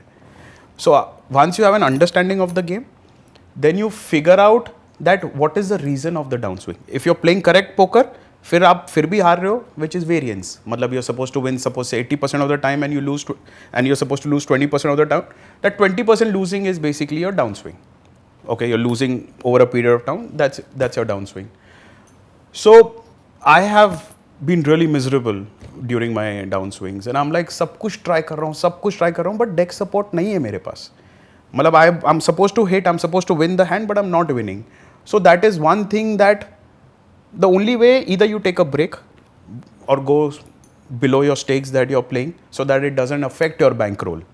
Okay, and the other way is just take a break and come back stronger, get your mindset in place, which is not easy. Trust me, Sid, when I'm saying this. It can go on for a very, very, very long time. But yeah, it will change provided you keep playing and you take the correct decisions. So, so you rightly said कि मतलब वो down swing 2-3 session में आप loose कर गए तो उसको down swing नहीं बोलते हैं. And I think that is also the reason you only get to know you are in a down swing only very deep. Once you go deep की 8-10 सेशन हो गए हैं, 20 सेशन हो गए हैं वेयर यू जस्ट लूजिंग. एंड जब वो खत्म भी होता है तो भी ऐसा नहीं है कि 2-3 सेशन जीत लिया तो आपका डाउन स्विंग खत्म हो गया. तो वो जो डाउन स्विंग का एंड भी आपको बहुत देर में पता चलता है. It's a very very lazy lag indicator कि आपका स्विंग अप स्विंग पे हो या डाउन स्विंग पे हो. बट जब रिकग्निशन या एक्नॉलेजमेंट हो जाता है या रियलाइजेशन हो जाता है कि यार डाउन स्विंग चल रहा है, but then as you said you only stay you stay in a profitable scenario over a long period of time when you are at it, and downswing is part of life. When downswing is happening, and say for example you are in a downswing, how do you approach the next session in a downswing? Like what do you do? I'm sure upswing mein to life is good, hunky dory, yeah, exactly. Downswing mein next session approach kiya, 10 session ho gaye bhai, you've been losing. How do you approach the 11th session? So how I deal with it, I have a couple of people close to me and they just talk me through it. I mean, I need to vent out. Like I can't vent out during my game because then I'll start playing badly. So I just talk to them that this is what is happening, this is what is happening. I watch a lot of motivational videos, to be very honest. Like sleep patterns ऐसा हो गया कि पूरी रात भर नींद नहीं आती है. So what I do is I'll watch something on motivational videos and keep charging myself. I think biggest thing about poker is resilience. Like you have to have the fighting spirit, and like I said, I've been a sportsman. I will always want to come stronger. So there are certain like I said, couple of people in my life जिनसे मैं रात को अगर बात करता हूँ ना, so it charges me to come back stronger the next day. I could lose again, but then again I'll repeat the process. But are these people who you speak to, which is like part of your routine in such scenarios, are these people associated with poker या non-poker? Not at all. They just कभी कभी क्या होता है ना, life में आपको कुछ चीज़ें पता होती है बट सामने वाला जब आपको बोलता है ना तो वो एकदम से रिचार्ज हो जाता है आपका सिस्टम. नहीं तो फिर अगर आप डाउन स्विंग में हो और वो पोकर रिलेटेड डाउन स्विंग है, आई अंडरस्टैंड कि मतलब अगर लाइफ में भी कुछ और अलग प्रॉब्लम चल रही है तो it just deteriorates you in terms of how you take decisions, because as we have spoken multiple times in the podcast today कि यार मतलब it's a game of human interaction, psychology and so many multiple decisions you're taking over a period of whatever the session length is. How do you discuss your downswing with non-poker players? It has to do with mind set set. जब आपका down swing होता है ना तो आप सीधे decisions नहीं ले सकते. Mind set, mental game is very important in poker. अगर आपका मेंटल फ्रेम राइट है नेक्स्ट सेशन में जाने के लिए तो आप, and provided you are playing within your bank roll, then you will keep fighting. मुझे पता है, for example my down swing, I have lost on like poker में फ्लॉप टर्न रिवर होता है, the last card. I have lost a lot of money just on the last card. So I'm not playing wrong. I'm not taking bad decisions. So I just need to recharge myself in terms of I have to be mentally strong. So those people will motivate me, recharge me, कि boss, it is fine, it is part of the game. मुझे पता है it's part of the game. But there are certain people who just boost your confidence level and they're like, Gaurav, you chose to be in it. Now it's happening, deal with it. Come back stronger and just, or if it's hurting your bankroll, then you go a little lower on your stakes and then start rebuilding yourself. So I think most of the poker players have gone through a downswing and it's how you come back stronger is. But do you also have people who play the game, who you discuss with different spots, kaise karna tha? But I think like how people talk about chess, by the way, and I've seen a lot of professional players really liking, appreciating or even playing chess because it's also a strategy game. I think poker is also a strategy game. And how will they say about chess ki there could be like billions of ways you could play on the 64 squares you have. I'm sure every hand is different, every person you're playing with is different, every session is different. There's so many parameters. I'm sure you would have set of friends you discuss these with. Do you have that? Like, and how, what do you guys generally discuss about? So suppose if that friend is on the same table as I am and he knows that I'm playing correct poker. So there are times it's not that I'm always playing correct poker, right? Every poker player will make a lot of mistakes. So those guys sometimes identify the dark area. Like they will say that, bro, you've played correctly, or here you played wrong. This is where you need to rectify and get better. So your losses might be negated, you know. Or they will say, "Okay, boss, you played it right. It is fine. It is fine." It's the way they, I mean, certain set of friends, they just motivate you to come stronger. And that's what I feel. Even a 5-minute conversation, I don't have to go through it and, yes, the losses haunt you. I'll be very honest. I mean, and I think it's got to do with the mindset. It's got to do with the mindset and your ability to keep improving. ऐसा नहीं है कि आप अभी improve करके बैठ गए हो कि बॉस अब मेरा डाउन स्विंग आ गया. आपने मिस्टेक्स करिए, उसको इम्प्रूव करो, आगे जाके इम्प्रूव करो. And that's where how you counter your down swing. Also tell me about like down swing के बारे में बात की. I think it's a negative area of the sport, but it's a mental, as you said, it's a mental state in which you are, or probably the results put you in a mental state which is not positive. But I've seen a lot of times people behave really erratically, and not just in losses but in winning also. There are players on the table who will behave very, वही मैं मतलब I keep talking about, sure हम जो बात भी कर रहे थे कि मतलब नेगेटिव एनर्जी जनता होती है टेबल पे आपके साथ, पॉजिटिव एनर्जी जनता भी होती है. And I think more than, at least from a recreational point of view, you would always want to hang out with people who are giving positive energy. And that's one thing I really, really relate to in life. I always want to be around people who are positive energy. अब वो क्या होता है मैं define नहीं कर सकता. It's just a feeling, the vibe I gate.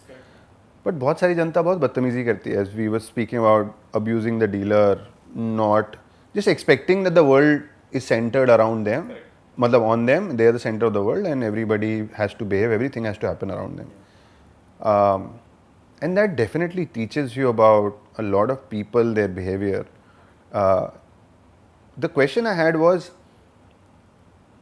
having spent so much time, and by the way, you should tell us how many hours, how do you quantify how much should we put in and all of that.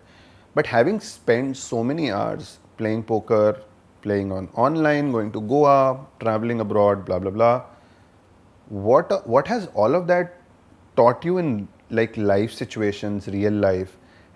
I'm sure you relate to कि मतलब poker में आप किसी बंदे का या बंदी का बिहेवियर देख के थोड़ा सा तो जज करते हो उसको कि वो कैसे बिहेव करता है. Like I really appreciate people who are neutral in their losses and winnings. Actually appreciate more when somebody is losing and not really erratically behaving. That shows the calmness in them. That shows that they respect the outcome. किसी को बुरा लग सकता है, but ये मेरा opinion है. But generally life situations में has poker helped you do things? How has that impacted you to take more better decisions outside of poker sessions? So that's an interesting question. So one way poker has helped me is, like, for example, if you're playing poker, so you at every street you have various choices to make. Either you can call, you can fold, you can raise. So poker has taught me that what you need to do is you need to take the best decision at that possible time. उसका outcome क्या होगा वो हमें नहीं पता, हम जीतेंगे हारेंगे हमें नहीं पता. You take the best you always have choices basically. आप उसमें से बेस्ट डिसीजन लो, आगे चल के क्या होगा हमारे कंट्रोल में नहीं है. सो लाइक दे से trust the process. Okay, so one thing that I've learned from poker is we always have choices. और वो हम क्या चॉइस लेते हैं that just shapes our future. गलत चॉइस भी हो सकती है, आप सीखोगे. सही चॉइस हुई तो आप आगे बढ़ते जाओगे. सो that is one of the biggest learnings that I had in life के आउटकम को कोई कंट्रोल नहीं कर सकता है. जो बेस्ट डिसीजन है वो लो. और जो I think a fair, while you were speaking of the word outcome, I feel it's the output you can't control. Outcome तो होगा कि आप better player बनोगे eventually process करके. तो an outcome is like over a period of time. Output तो process का एक input output है.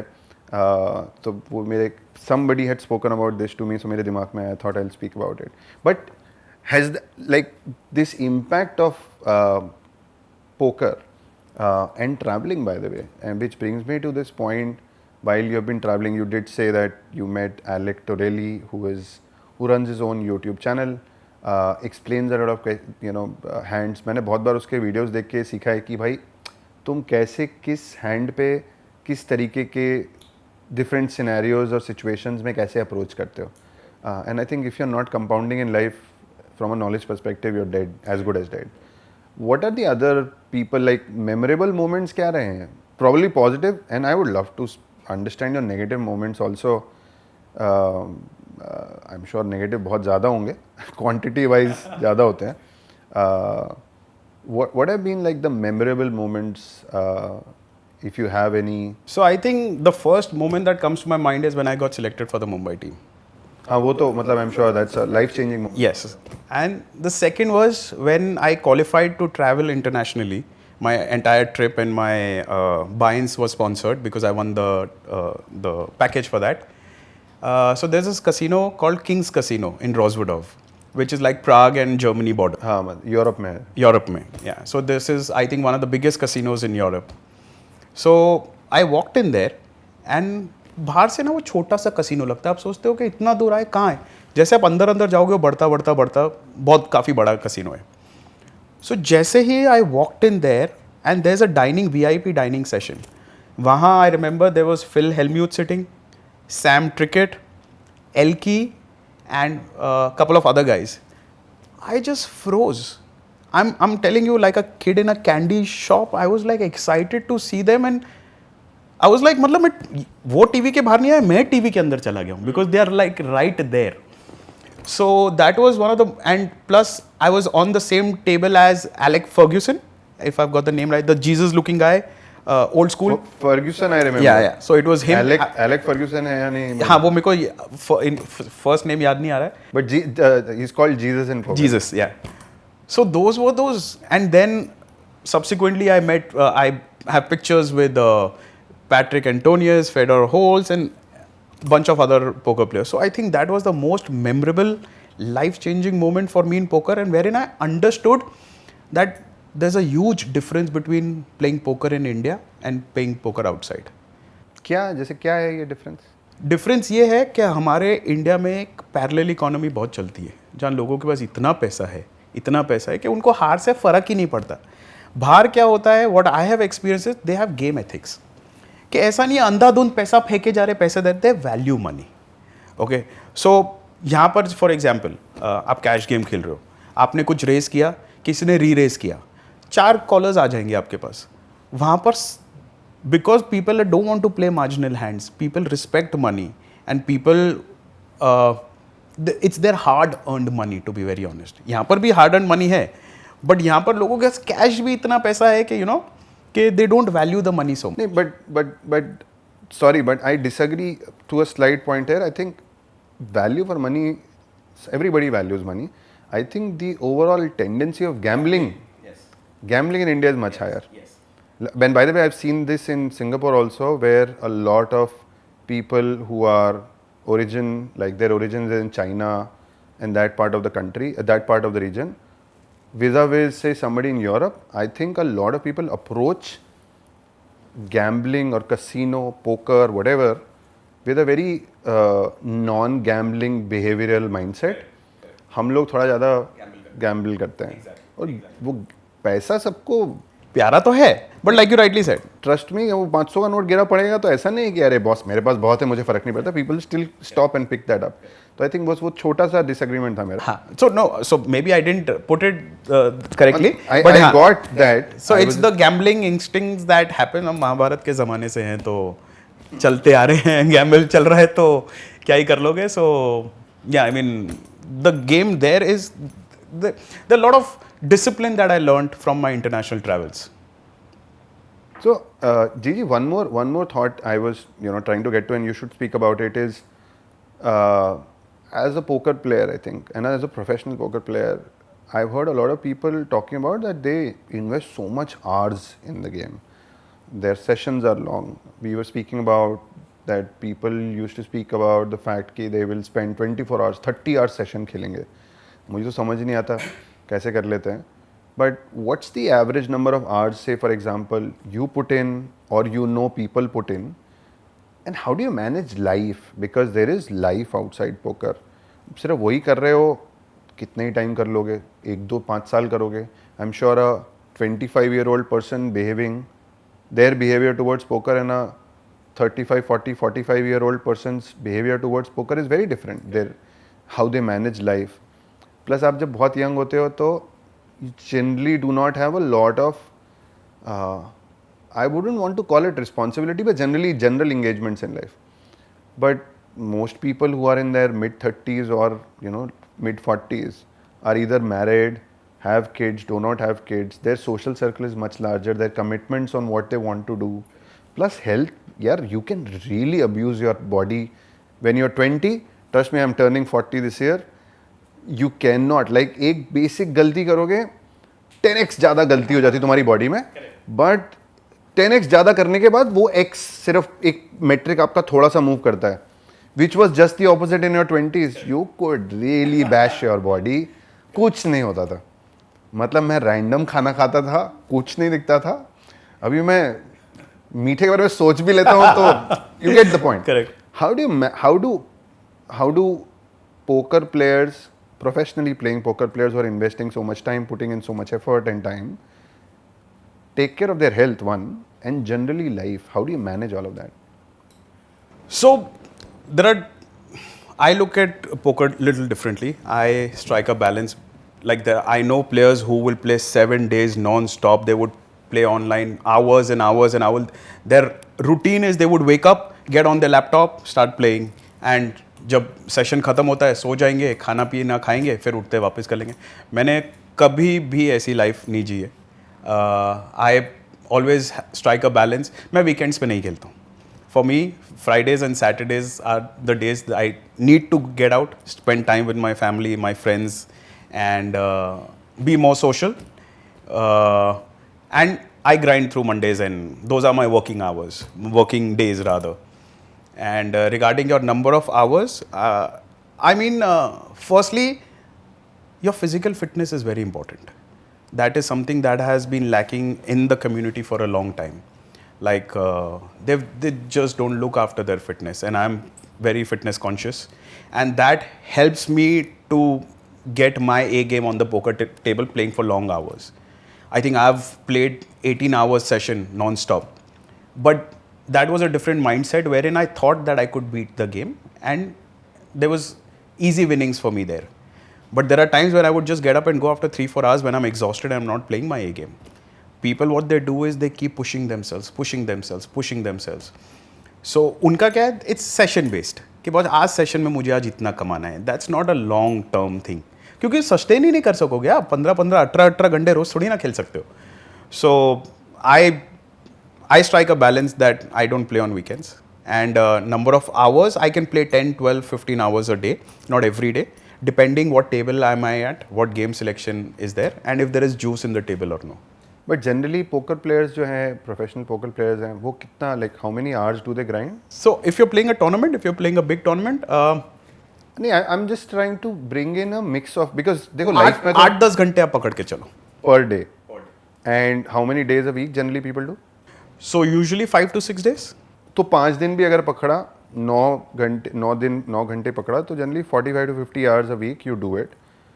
What are your hacks? I'm just trying to figure out what are your hacks to stay healthy. Like, and by the way, India में at least मुझे दिखा है ये. Although I'm happy when I see this abroad. बहुत सारी जनता दिन में भी पोकर खेलती है, अपने यहाँ सिर्फ रात को होता है. So sleep cycle goes for a toss. Being educated about what to do from a health perspective doesn't mean that you will start acting that way. और आप प्रोफेशनल पोकर प्लेयर हो तो आई एम श्योर वो जो 8 से 10 घंटे हैं वो आपके हो भी रहे हैं when it's night time.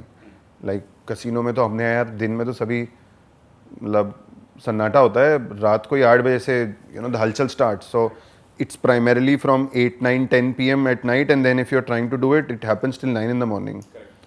And if you're doing it 5 days a week, give or take, what are the hacks to stay healthy? Physically, chalo. Mentally, though, I'm sure there are multiple things which people do. You talk about those trigger points also, which brings you in the zone and all of that. But physical health, तो यार, with age, you have to be more and more conscious. How do you do that? I mean, आपको अपने खाने पे बहुत ध्यान रखना पड़ता है. ये नहीं कि आप बस बिंज ईटिंग करे जा रहे हो, खा रहे हो, टिल्ट पे आ रहे हो, हार रहे हो तो कुछ भी, मतलब भूख, we also play, but you have to be mindful that what you are eating. You have to remove 1 hour to yourself wherein you're just disconnected, and it could be just walking or it could just be gymming or anything. कुछ form of physical exercise करनी बहुत ज़रूरी है. अगर वो नहीं होगा तो आप बेस्ट प्लेयर हो गए, 3, 4, 5, 7 साल में आप वेयर आउट हो ही जाओगे. So that is something that you have to. I enjoy working out. I do a lot of running, and I play some of the other sport, be it cricket or something, badminton. I keep playing. So that is something that charges me and keeps me going for these. अगर आप fitness नहीं कर रहे हो, so थोड़ा सा problem तो आना है आपको. नहीं, ये एक्चुअली अच्छा है क्या, क्योंकि this brings me to like I can recall one thing. Like couple of years ago I started having this problem of BP. India में बीपी बहुत लोगों को होता है, डायबिटीज़ होता है. Thankfully my sugar is controlled, although both my parents have diabetes. So I am anyway more conscious of the fact कि भाई डायबिटीज़ नहीं होना चाहिए अपने को, because all my genetic indicators are telling me कि भाई बस तुम हल्की सी गलती तो करो, तुम्हारी sugar will go through the roof. But thankfully that has not happened, और unfortunately my BP went through. And I remember a very good hack which my doctor told me. Obviously उसने दवाई दी, but I am generally of a believer कि यार वो किसी भी तरीके की मेडिसिन हो वो एडिक्टिव हो जाती है. उसने मुझे बोला कि यार आप ना ये मत देखो कि मुझे कितनी देर एक्सरसाइज करनी है, वीकली एक टाइम सेट करो कि मुझे 2 घंटा करना है. चाहे वो 2 घंटे कर लो, अब एक ही बार में 2 घंटे करोगे बहुत टायरिंग हो जाएगा. अपने आप एक टारगेट रखो बड़े टाइम फ्रेम के लिए और वो टाइम को कंप्लीट करो. Now we are approaching towards the end of the week, नहीं हुआ है तो फिर भाई ensure that that 2 hours is done. And he gave me 1 hour to do, क्योंकि मैं कुछ नहीं कर रहा था यार, इतना काम मैं सीट पे बैठ के या ट्रैवल लेवल कर रहा हूँ, and I don't count that. So I think it's a good hack for people who are trying to become healthy. छोटा टाइम फ्रेम पकड़ो, वीकली नॉट डेली, और उस टाइम फ्रेम को कंप्लीट करो. चाहे 4 दिन में करो, चाहे 3 दिन में करो, क्योंकि यार हर किसी की बॉडी अलग होती है. किसी को मज़ा आता है कि एक ही बार में बड़ा सेशन करूँगा, अच्छी बात है भाई. किसी को नहीं हो पाता है, जल्दी थक जाते हो, छोटे छोटे सेशन करो यार. मेरे को याद है, थोड़ा सा टेंजेंशियल हो रहा है, but I would love to tell this to people. I for the longest time I thought I could not run long, and I remember कि यार चलो रन नहीं होता है, वॉक तो करते हैं. And you keep asking me set कैसा चल रहा है रन आजकल. ट्रस्ट मी यार, मैं कभी रन नहीं कर पाता था. But what I did was I started going for a walk. I just became disciplined. Walk करता हूँ तो मैं जनरली उस पर रन करता था रोड पे. तो एक खंबे से दूसरे खंबे तक रन किया, 5 खंबे तक वॉक किया, फिर एक खंबा रन किया. डिसिप्लिन बिल्ड किया तो 2 खंबे तक रन करना चालू किया. अब ऐसा है कि now if somebody tells me if anything between 5 to 10 kilometers I can just do every day बहुत easily, and that has helped me. And said it could be as small or tiny as climbing stairs and going to your house. यार वो तो बहुत fight. अब यही है ना, आप बोल रहे हो कि एक डिस्टेंस किया, एक माले पे चढ़ो, 2 माले पे चढ़ो. And trust me these things if you run, I am personally speaking about my self, जब मैं वो 1 घंटा या 45 मिनट्स अपने लिए स्पेंड करता हूँ ना, I am a different person all together. उसमें नींद अच्छी आती है, आप बिकॉज आप अपने आप को पुश करते हो, आप मेंटली और स्ट्रांग होते हो कि boss this is something, and this is not every, I mean this is not you keep pushing your self over a period of time, right. आप भी रनिंग को आपको टाइम लगा ना, सो वो आपको कंपाउंडिंग इफेक्ट आपको पोकर में भी वो लेके आएगा कि आप 1 माला चढ़ो, 2 माला चढ़ो. And I had started a group, fitness group, and I had a lot of people join that on a WhatsApp, but unfortunately I was tied up with a lot of things, so I couldn't continue that. But मैं हमेशा सबको बोलता हूँ fitness is a must. आप अपने लिए थोड़ा बहुत कुछ तो कर लो, कब बॉडी वेयर टेयर होएगी पता भी नहीं चलेगा. और अगर आपको पोकर खेलना है, आपने उसको प्रोफेशन बना लिया है, तो आपको ये करना ही करना है. तो जी, one more thing I would love to understand from you is, look, everybody starts the game, they play it like you know, discovered the game when there was a table, Diwali party, all of that was happening. Everybody initially starts with an infatuation towards the game. कुछ तो angle अच्छा लगता है, बिल्कुल luck नहीं है, कुछ आप मैथ्स लगा सकते हो, कुछ स्ट्रैटेजी बना सकते हो, थोड़ा बैंटर होता है, थोड़ा मज़ा आता है. एक्चुअली बैंटर तो किसी भी कार्ड गेम में होता है, कोर्ट पीस में भी बैंटर होता है, आई am sure, which is like a very Indian version. मैंने कहीं बाहर देखा नहीं है. बट से for example somebody become serious. Now when you became serious, your friends motivated you, I'm sure the scene was not as evolved, but now the scene has evolved. There are more young people than, like there are more young people, let's call it that. If somebody is trying to pick up poker as a profession, irrespective of how they solve their family issue of how to convince their family and friends, that's a separate problem. I'm sure everybody goes through that. But just learning the sport and being good at it, what are the steps they should take? How should a young person pick up poker as a profession? So firstly, when people usually start, like you said, infatuation or all of that, a person needs to understand it's a full-fledged job. It's not कि आधा कर लिया और आधा कहीं पर और कर लिया, तो इसमें आपकी longevity कम हो जाती है.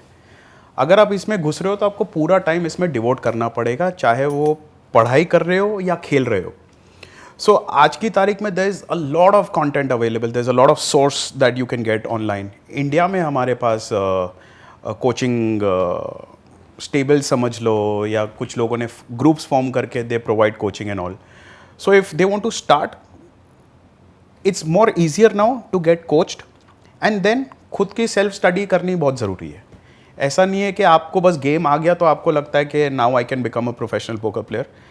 We as players still study, like अगर हमें compete करना है और अगर हम नहीं पढ़ेंगे तो हम बहुत पीछे रह जाएंगे. We still study with, like in my room I have a TV, but I don't have any cable or anything. There's just poker videos just running 24/7. And so that's the kind of study that you need, the volume that you need to put while playing and all of that. So you have to be mentally prepared कि ये ऐसा नहीं है कि बस 2 घंटा खेल लिया, 3 घंटा खेल लिया. He has to be prepared कि बस उसको 7-8 घंटे देने ही पड़ेंगे. It's a full-fledged job. And how you go about it is you want to start from the grassroots level. You want to understand the basics, the fundamentals of the game. Most players, like I said, कि bat से ball मार लेंगे तो cricketer नहीं बन जाते. उनको fund, आप बाहर के, if you see abroad, why there are more champions, because they start at a very early age. Their basics are developed at a very young age. So if you want to start poker, you start with understanding the fundamentals, the basics, and there is plenty of information available online. So I think that's the first way to start, is knowing that you want to take it as a profession, and then giving the number of hours in order to study, in order to play and everything. But how does one approach studying the game? Because I remember मतलब while like 15 years ago everybody used to speak a lot about books. This was a revelation when Doyle Brunson came out with a book in I think in 70s, and then I think one of the other books also which I've gone through at least while I was studying, or trying to understand it more. I think वो passion से ही आता है. अगर आप passionate हो तो आप book ख़त्म कर लेते हो. आप passionate नहीं हो तो आपसे book ख़त्म नहीं होती है. Like ऐसा तो है नहीं कि like anybody who tells me कि उनको book पढ़ना अच्छा नहीं लगता है, they are not in the habit of it. I think you're just not reading something which you're passionate about. If you are passionate about, you read it. Some people who are passionate about non-fiction, वो non-fiction पढ़ते हैं भाई, पूरा novel ख़त्म कर देते हैं. वो उनको स्कूल की बुक पढ़ने के लिए बोलेंगे, उन्हें नहीं पढ़ने में मज़ा आएगा. सिमिलरली कुछ लोग पॉलिटिक्स पे पढ़ेंगे तो बहुत पढ़ लेंगे, एंड वैसे आप पढ़ने के लिए बोलोगे नहीं है. तो I think though innate passion होना इंपॉर्टेंट है. But even if somebody wants to approach studying, ये जो ग्रुप्स फॉर्म हुए हैं, क्या यही तरीका है? Like how do you study and are books relevant? So I feel I haven't lately read any book, to be very honest with you, because there's जब मैंने बुक्स पढ़ी थी, it was back then wherein I got my fundamentals strong, and then I just evolved as a person by playing more, by seeing what is happening around me. So if a new person has to start afresh, like I said, there are a lot of poker teaching camps that you can join, and they will nurture your talent and they will tell you how to go about it. But वो वहाँ तक ही ख़त्म नहीं होता. फिर आपको self study भी ये करनी है कि आप जो आपने सीखा है वो आप इम्प्लीमेंट करोगे. ज़रूरी नहीं है जो आपने सीखा है वो उसी टाइम इम्प्लीमेंट करोगे. आप मिस्टेक्स करोगे, आप उससे सीखोगे. कोई ऐसा कोर्स नहीं है जो आपको बता देगा कि आपने मेरा कोर्स कर लिया तो आप सीधा अरबपति बन जाओगे, करोड़पति बन जाओगे, लखपति. आप सीखोगे अपने मिस्टेक से ही. ज़रूरी नहीं है जो आपने पढ़ा है वो इम्प्लीमेंट कर पाओगे. जब आप मिस्टेक करोगे तब आपको याद आएगा कि बॉस मैंने वो पढ़ा था, so now I don't have to make mistakes. So when I say study, you have to have your fundamentals clear and then keep getting better with your mistakes. There's no player who's not making. The best and best of players also make continuous mistakes in every session. So when I say study, you review those mistakes. For example, when I started playing live poker, and poker में इतने सारे hands होते हैं आपको याद नहीं रहते, तो मैं क्या करता था, मैं एक फ़ोटो ले लेता था उन हर जो भी मेजर हैंड हुआ है wherein I thought that I needed a decision, important decision to be made. I used to click pictures of that and then I came back, and because my fundamentals were pretty decent, so I would analyze के बॉस मैं क्या अलग कर सकता हूँ, क्या और कुछ कर सकता था. सो that is how you learn. You get courses आजकल हर जगह अवेलेबल है. आप या तो खुद से भी कर सकते हैं, पर उसमें थोड़ा टाइम ज़्यादा लग सकता है, या कोई कैंप्स ज्वाइन कर लो, वो आपको बताएंगे. फिर आपको खेलना है, आपको खेलना है, खेलने के साथ मिस्टेक करी, मिस्टेक के साथ आपको वो इंप्रूव करनी है मिस्टेक नेक्स्ट सेशन में. That's how you study and that's how you get better at the game. एक तो आप ये कोर्सेज कर सकते हैं. दूसरा, एज यू सेड, जो हैंड्स आपने खेले हैं उनको रिव्यू करना बहुत इंपॉर्टेंट है. अच्छा, रिव्यू आप अकेले में करते हो या you create that set of good learned people you respect, जिनसे आप वो डिस्कस कर सकते हो कि हमने क्या किया है? Any other hacks you think to compound at your knowledge? Because मुझे ये तो समझ में आता है कि वो 80-20 का रूल नॉलेज में भी आता है. कोई भी चीज़ को सीखना है 20% टाइम में, बहुत कम टाइम में आप 80% पहुंच जाते हो, बट 80 से वो 1% मूव करना बहुत टफ होता है, and you become winning only at like 90-95% cross करने पे. आई एम नॉट सेइंग कि every professional poker is eight 95%. I am just saying 80 से ऊपर आ जाते हैं. Most people who understand the rules are eight 80 very very quickly. Any other hack they can implement according to you? So hack is like you said 80-20 rule. 80-20, 80% आप सीख लोगे, courses से सीख लोगे, बाकी आपको ये बचता है कि आपको कितना इंप्रूव करना है. For example me, every session that I play I will have at least 10 to 15 hands typed on my phone कि बॉस मैंने ये हैंड में स्पॉट आया था, ये हैंड में स्पॉट आया था. अगर मैं उसको रिव्यू नहीं करूँगा तो मैं इंप्रूव नहीं करूँगा, because I know the fundamentals. And जिस हैंड पे मैं हारा, I will evaluate my 3 choices. Like मैंने आपको पहले बोला था, you always have choices, right? Then you evaluate your choices कि अगर मैं ये करता तो ऐसा हो सकता था, ये करता तो ऐसा हो सकता था. So it boils down to self learning कि आप कितना अपने हैंड्स को रिव्यू कर रहे हो, and that is the only way I feel you can grow. And वो स्पॉट्स आते रहेंगे, मिस्टेक्स करते रहोगे. The only way to learn is minimizing your mistakes. And how big, like even if we think about it from a profession perspective, obviously any profession becomes more lucrative the bigger the market is, the bigger the opportunity is. One question I always had in mind is, why is it that poker is still struggling in India as a sport to get legalized in a lot of states? I do understand that there is an inherent gambling behavior which as Indians we have. Probably that's true, probably not true. I'm just saying that's the general consensus which I have heard a lot of people talk about. Ki bhai, India mein gambling is a big problem, and anybody or any country which is where the per capita GDP is low, there are a lot of people who can quickly get into a phase where they are losing a lot of hard-earned money. Anyway, it's hard to earn. You would want to restrict gambling, so that I understand. But there are places, there are states which have legalized poker. Why has poker not picked up that big in other states? Like legalize क्यों नहीं हुआ बाकी सारी जगहों पे? Do you have a view on that? So what I feel is that अगर आप player pool देखोगे ना पोकर का, तो उसमें से like I said before कि उसमें से 10 to 15 या 20% poker playing full time players होंगे. 80% of the players are working people जिनके खुद के बिजनेस है, जिनका कोई और अपना कारोबार है. So that's where the money comes into the system. Okay, अभी उनको अंडरस्टैंडिंग नहीं है गेम की, ना उनको पढ़ना है, उनके लिए पैशन हो या एंटरटेनमेंट हो, फॉर देम इट, किसी के लिए वो एडिक्शन भी हो सकता है. So a studied player will not go broke in the long run. तो बिकॉज दोज पीपल जिनके लिए एंटरटेनमेंट है, जिनके लिए गैम्बलिंग है, वो इतना पैसा, कईयों के घर खराब हुए हैं. So maybe the law is looking at those 80% कि मुझे उनको बचाना है. ये 20% या 15% को इग्नोर कर रहे हैं कि बॉस इनकी वजह से मुझे और 80% घरों को नहीं तबाह करना. That could be one reason, I am not sure, but the money comes in from the non regulars, right? No, but tell me one more thing. जैसे आपने बोला ना, तो मेरे को एक और चीज़ हिट करी कि assuming that 80% might go into a very bad phase where they're losing a lot of money, their family money is putting at stake. बहुतों के घर खराब हुए, as you said. But it's a zero-sum game eventually. You win because I lose as a person, like as a session or anything.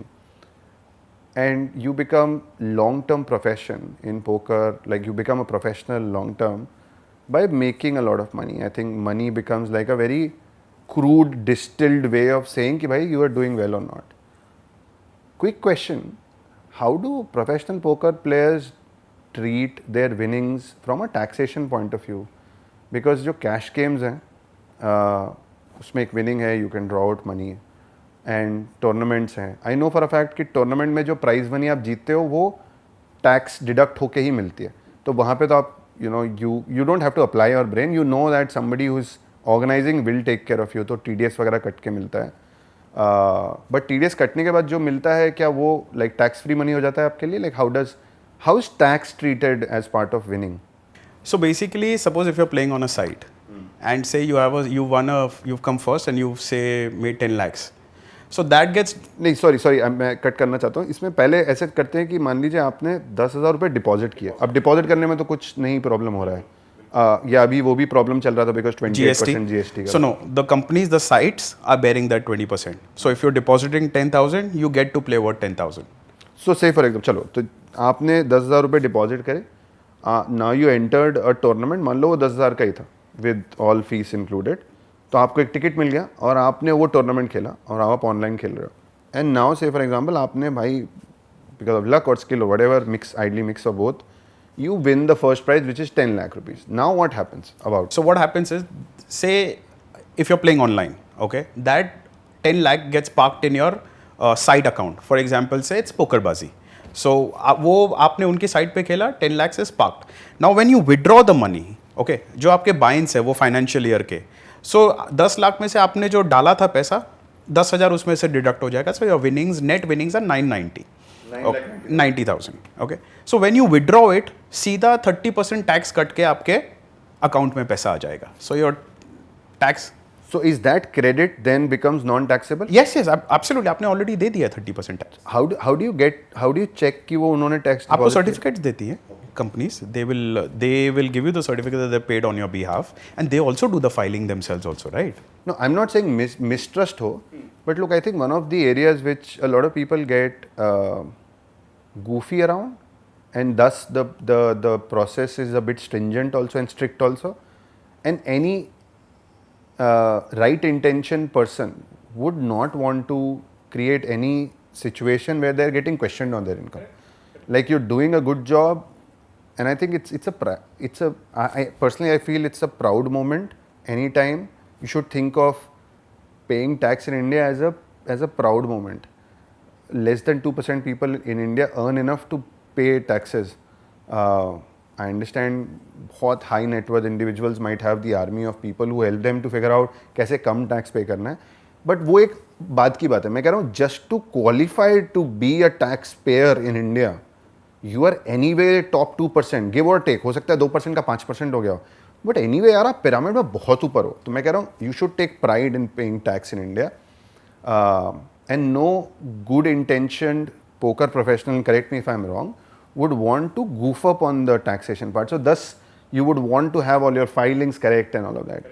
But ये चीज़ तो चलो tournament की हो गई, बट ये क्या एंड लाइव टूर्नामेंट में भी आपको प्राइज मेरे ख्याल से नेट ऑफ करके ही मिलेगा, if I am not wrong, and they'll also give you a certificate. And cash games में कैसे होता है, because you win sometimes, you lose sometimes.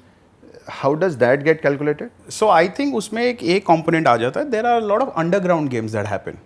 और वो तो इलीगल है. वो इलीगल है, तो उसमें तो आप मॉनिटर कर ही नहीं सकते. हाँ, मतलब देखो, आप पहली बात तो है कि आप please don't do anything illegal.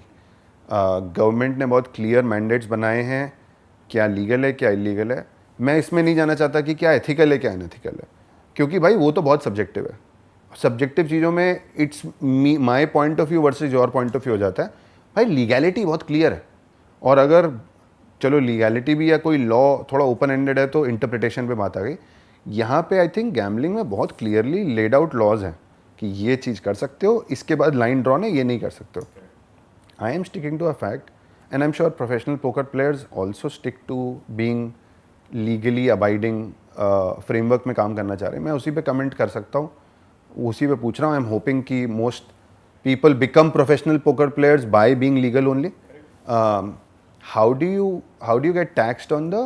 So for example, if you're in a casino, आप उनको you get chips to play, so you pay them the money. Say you swipe your card, you pay, for example, say you're playing a 10,000 के buy-in cash. अभी जब आप winnings करते हो तो वो आपको केज में जाके चिप्स डिपॉजिट करने, वो आपके अकाउंट में पैसा डाल देंगे. जैसे आपने उनके अकाउंट में डाला, वो आपके अकाउंट में पैसा डाल देंगे. अभी वो जो अब आपके अकाउंट में पैसा डालते हैं तो वो आपकी इनकम हो गई. नाउ आप उस पर अपना टैक्स भरोगे. So that is how this happens. So effectively अगर आपके अकाउंट में पैसा आ रहा है या आप कैश लेके भी डिपॉजिट कर रहे हो, so it becomes an income. And तो I am sure most professional poker players would be taxpayers. 100%. A lot of poker players have had massive scores internationally and they must have paid huge amounts of tax to the Indian government. वो कैसे settle होता है यार जी? जब आप बाहर जाके USD में जीतते हो या GBP में जीतते हो या यूरो में जीतते हो. So see again, काफी, so I don't know exactly how it happens, say for example in WSOP, but I think when people have had scores of say 3 CR or 4 crores or whatever, but I think when you bring back the money in Indian account is when they can't give you 3 crores of cash right on the cage, so they transfer it to your account, and that's when I don't know where is it taxed, there or here, but there is only one taxation. Obviously there can't be double taxation there, so I don't know the legalities of it, how that works, but once you have the money in your system, in your bank account, you will have to pay 30% gaming tax. So Gigi, we were to talk about tells also and couple of aspects of game. Do you want to speak about that? Like, are tells real? Because at length जो tales की बात होती है, हम लोग जो recreational होते हैं वो देखते हैं भाई कि वो गल्प कर रहा है कि नहीं, ये सब छोटी मोटी चीज़ें हैं, बट वो हमें तो नहीं समझ में आती हैं कि यार वो नेगेटिव टेल है या पॉजिटिव टेल है. So first if you could also speak about what is a tell and does it really help, या ये रैंडम मिथिकल चीज़ बनी हुई है जो कि जब लोगों ने एक्सप्लोर ही नहीं किया था तब रियल थे, अब नहीं है. मतलब how do you think about it, what is it and how do you approach it? So basically tells are nothing but subconscious information that a person gives out. Okay, It's very important in the game, especially for recreational players. And we as professionals, so I have this thing that I'll wear my shades and I listen to my music when I'm sitting on the table. And trust me, that's not to look cool, but to gather all the information and tells the recreational players are giving out. So, Sid, I have made so many decisions just based on the tells that I've received, the non-verbal trigger points that these guys have. They just it just shows whether they are weak or strong. Tells does not mean कि उसके पास क्या hand है. It just said कि उसकी फटी पड़ी है कि नहीं फटी पड़ी है. Yeah, are they strong or weak? They are strong or weak. So one tell that. So we engage in conversations with the other person, and just a mere smile is an important tell. Suppose if the person has made a big bet, and if he is giving a fake smile, it's sign of weakness. वो control में इसलिए नहीं है because subconsciously आपको पता ही नहीं वो कर रहे हो. So ऐसे there are so many things. For example, there is one tell that I really has worked for me is that if you've made a big bet and I'm supposed to make a call, a decision on based on your bet, I would simply ask you that will you show me your hand if I fold? So there are non-recreational players who would immediately, if they're bluffing, they'll say, yeah, I'll show, because they want you to fold. तो उसका instinctive reaction is, yeah, I'll show you. And I will snap call him. Because अगर वो strong होता तो वो कुछ बोलता ही नहीं. Because उसकी फटी पड़ी है. तो he wants you to fold. ऐसी बहुत सारी चीज़ें हैं कि behavior से, like for example, somebody is just पीछे ऐसे बैठा है, कोई player है, and if he's dealt good cards, he will try and occupy the territory. वो आगे आके एकदम ऐसे control में, he'll try to control the situation, which means it's a sign of strength. So I've studied a lot about poker tells and all, and there are some books also on poker tells, and it's amazing the amount of information and your decision making based on tells. I mean, there are times when it's not accurate, but then you're playing so much and you're so vigilant as to what is happening that you gain sample size, and then based on that you make a decision. Well, the tells are there to give you the drift of where you are in the situation. And again, as we keep saying, it's a summation of a lot of decisions you make, so it helps you take probably the right decision. It can still go wrong, but It's just an information that you gather. Like, so now then you go back to the entire storytelling, and now then you figure out whether he is actually strong or actually weak. And it is amazing the number of tells people just give out. मतलब अगर वो बंदा पानी P रहा है या चाय P रहा है, उसने कुछ bet किया, he will just pick up the cup and start drinking. That's sign of confidence. मतलब उसको डर ही नहीं लग रहा है. So based on that, now with your marginal hand, you will think कि साला ये strong लग रहा है. Let's just fold. Let's get on to the next hand. और यही वो कोई bet मार रहा है, थर-थर आ रहा है, काँप रहा है bet करते हुए, that's sign of weakness. उसको नहीं पता है ये टेल है. उसको लग रहा है हम शेड्स पहन के कूल लगने की कोशिश करें, but that's the information that these guys give out. makes sense. Makes sense. मैं actually during the discussion I was thinking of one question and I thought I'll ask at the end because I didn't want to disturb the entire flow.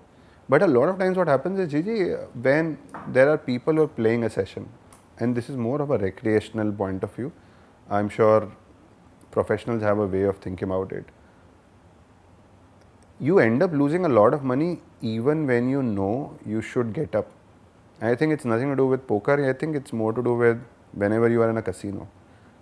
And I've seen a lot of times, and I feel pity sometimes also, when the person is nice, because look, it's unfortunate that poker is a zero-sum game where somebody is winning and somebody is losing, and somebody is winning at a cost of somebody losing. But you still meet a lot of nice people. When should a person who's losing, like when do you know that you have to get up? What are the things people should keep in mind? Because I'm sure as professional poker player, you have winning sessions, you have losing sessions. And people who are recreational generally have more losing sessions. That's how professionals make money. I would like to address to a lot of audience who might be on the recreational side, what are the things they can keep in mind where they should get up, bhai? Nahi hai. Rather than keep losing money. And this brings me back to your first experience where you went to Goa. You thought 1000, 10, 12,000, 20,000 harenge. But you just kept on to a roll and then ended up losing 90k. And I'm sure 90k at that time was a very big amount. And somebody who's not doing it professionally, उनके लिए 90k का swing भाई, मतलब मेरे दिमाग में तो आता है इससे अच्छा यार कुछ बढ़िया खरीद लेते हैं यार, मतलब आईफोन आ जाता है यार इतने में. आई अंडरस्टैंड आईफोन बहुत महंगा आता है, तो किसी ने बोला नहीं है आपको 512 15 प्रो मैक्स प्लस प्लस वाला मोबाइल खरीदने के लिए 15 में कुछ अच्छा आता होगा. 90,000 is a big amount in India, and the more in the past we go 90,000 का वैल्यू और बढ़ता जाता है. व्हेन डू यू नो कि भाई let's cut it out? So I think, like we were discussing पहले, that's where the wives or the partners come into play who are sitting behind. कि बोलेंगे अब हार गए, अब चलो. पर वो तो पार्टनर है. नहीं, I'm just kidding. I mean, not that. So basically, what happens is that most recreation players will have an entertainment cost. कि बस मैं अगर इतना हारूंगा तो मैं निकल जाऊंगा. ज़्यादा करके कसिनोज में ऐसा होता है, सबका एक बजट होता है और उनको लिमिट पता होती है. बहुत सारे ऐसे होते हैं जो क्रेडिट में लंबा खिंच जाते हैं. बट आई मीन टेबल पे भी डिपेंड करता है व्हाट काइंड ऑफ. ऐसे बहुत सारे प्लेयर्स होंगे जिनको वो प्लेयर्स चाहिए ही चाहिए टेबल पे, कि बस वो जितना ज़्यादा हारेगा उतना मेरा फ़ायदा है. नहीं, but that's not the question. जी जी, मेरा पॉइंट ये है, रिक्रिएशनल प्लेयर को क्या दिमाग में रखना चाहिए. मुझे लगता है ये तो आपने अच्छा पॉइंट बोला है कि एक लॉस बजट लेके चलो. बिकॉज मैं आपको रिक्रिएशनल पॉइंट ऑफ व्यू से बता रहा हूँ, बहुत सारे लोगों को नहीं पता होता है कि उनका एंटरटेनमेंट कॉस्ट क्या है. Stop loss. हाँ, stop loss, very good point. लोगों को लगता है देखेंगे 10-20-50 हज़ार हारेंगे, ऊपर नीचे देखा जाएगा. क्योंकि देखो, कोई भी अप्रोच कर रहा है पोकर को और 3 पत्ती के टेबल पे नहीं बैठ रहा है विद अ व्यू कि यार यहाँ थोड़ा मैं दिमाग लगा लूँगा. और कोई हारने के लिए तो नहीं बैठ रहा है ना. जी जी, सब लोग जीतने के लिए बैठ रहे हैं. ना वो जीतने का थ्रेशोल्ड सोच रहे हैं, ना वो हारने का थ्रेशोल्ड सोच रहे हैं. मैं तो ये बोल रहा हूँ, और देखो जीत गए तुम, अच्छा है, तो बहुत बढ़िया भाई. आप 10,000 के टेबल पे बैठ के 50,000 जीतने वाले थे, आपने 1.5 लाख जीत लिया, गुड फॉर यू. बट कब आपको पता हो, क्या वो दिमाग में रखें कि वो लोग लूज़ कर रहे हैं, अब उठ जाना चाहिए. One I think which you gave away is कि भाई एक स्टॉप लॉस रखो कि इससे नीचे गया तो भाई उठ जाना है, चाहे कुछ भी हो रहा हो. ठीक है, people are throwing money, it's just not your day. वो लिमिट हिट हो गई, आपको बाहर हो जाना चाहिए. Like trading, you do trading also. Trading में एक स्टॉप लॉस लगाना इंपॉर्टेंट है. What are the other things people can keep in mind? So another way to put stop loss is that, for example, से आप 10,000 का बाइन ले रहे हो, आप अपने माइंड सेट के जाओ कि मैं 3 बाइन हार गया, तो वो स्टॉप लॉस ही आ जाता है. बट माइंड सेट थोड़ा चेंज हो जाता है कि बस मैं 30,000 बाइन हार गया तो मैं उठ के चला जाऊंगा. I think this is a good way of thinking about it. क्योंकि कभी आप 10,000 का गेम खेल रहे हो, कभी आप 1,000 रुपये का खेल रहे हो, कभी आप 50,000 का खेल रहे हो, depending on what is happening. But जितना टेबल का साइज है उतना ही विनिंग लॉस का भी वेरिएंस रहेगा. तो rather than thinking in absolute numbers, number of buy ins के बारे में सोचना, उसको सोच लो. And it's not only that, it is also on your winnings कि अगर मैं 5 बाइन खेल रहा हूँ तो मुझे उठ के चले जाना चाहिए. It's not only the losses. Perfect यार. So I think, look, this is all I had. Thanks for doing this, and you know, I hope everybody who stayed with us till the end really enjoyed it, and probably they got to know something new, which probably a lot of other people don't talk about. So thanks a lot, Gigi, for doing this. I think, look, I really wanted to do it for a long, long time. You have been patient to answer a lot of questions I had. You've been really open about sharing a lot of secrets also, as they say. But look, I think the overall community gets the power when there are more people who are getting engaged. I think from 10 years ago to what it is today, I think there are a lot of people who are picking this up. New kids, new people, young people, not new people, young people have become more inclined to probably engage in poker than in all old forms of gambling. And I'm really hoping that, you know, poker becomes legal in a lot different places in India. There are more people who come in and engage with people like me, not with you, because I think people like us will, like, the more recreational people come. Yeah. Awesome. Thank you so much for having me. Chalo, awesome. Thanks for watching the video. If you liked the video, please press the like button. Subscribe if you like it, and if you can share it with your friends, I'll be really happy about it. We are working really hard to make good videos, and hopefully future videos will be as exciting as the one you just saw. Thank you.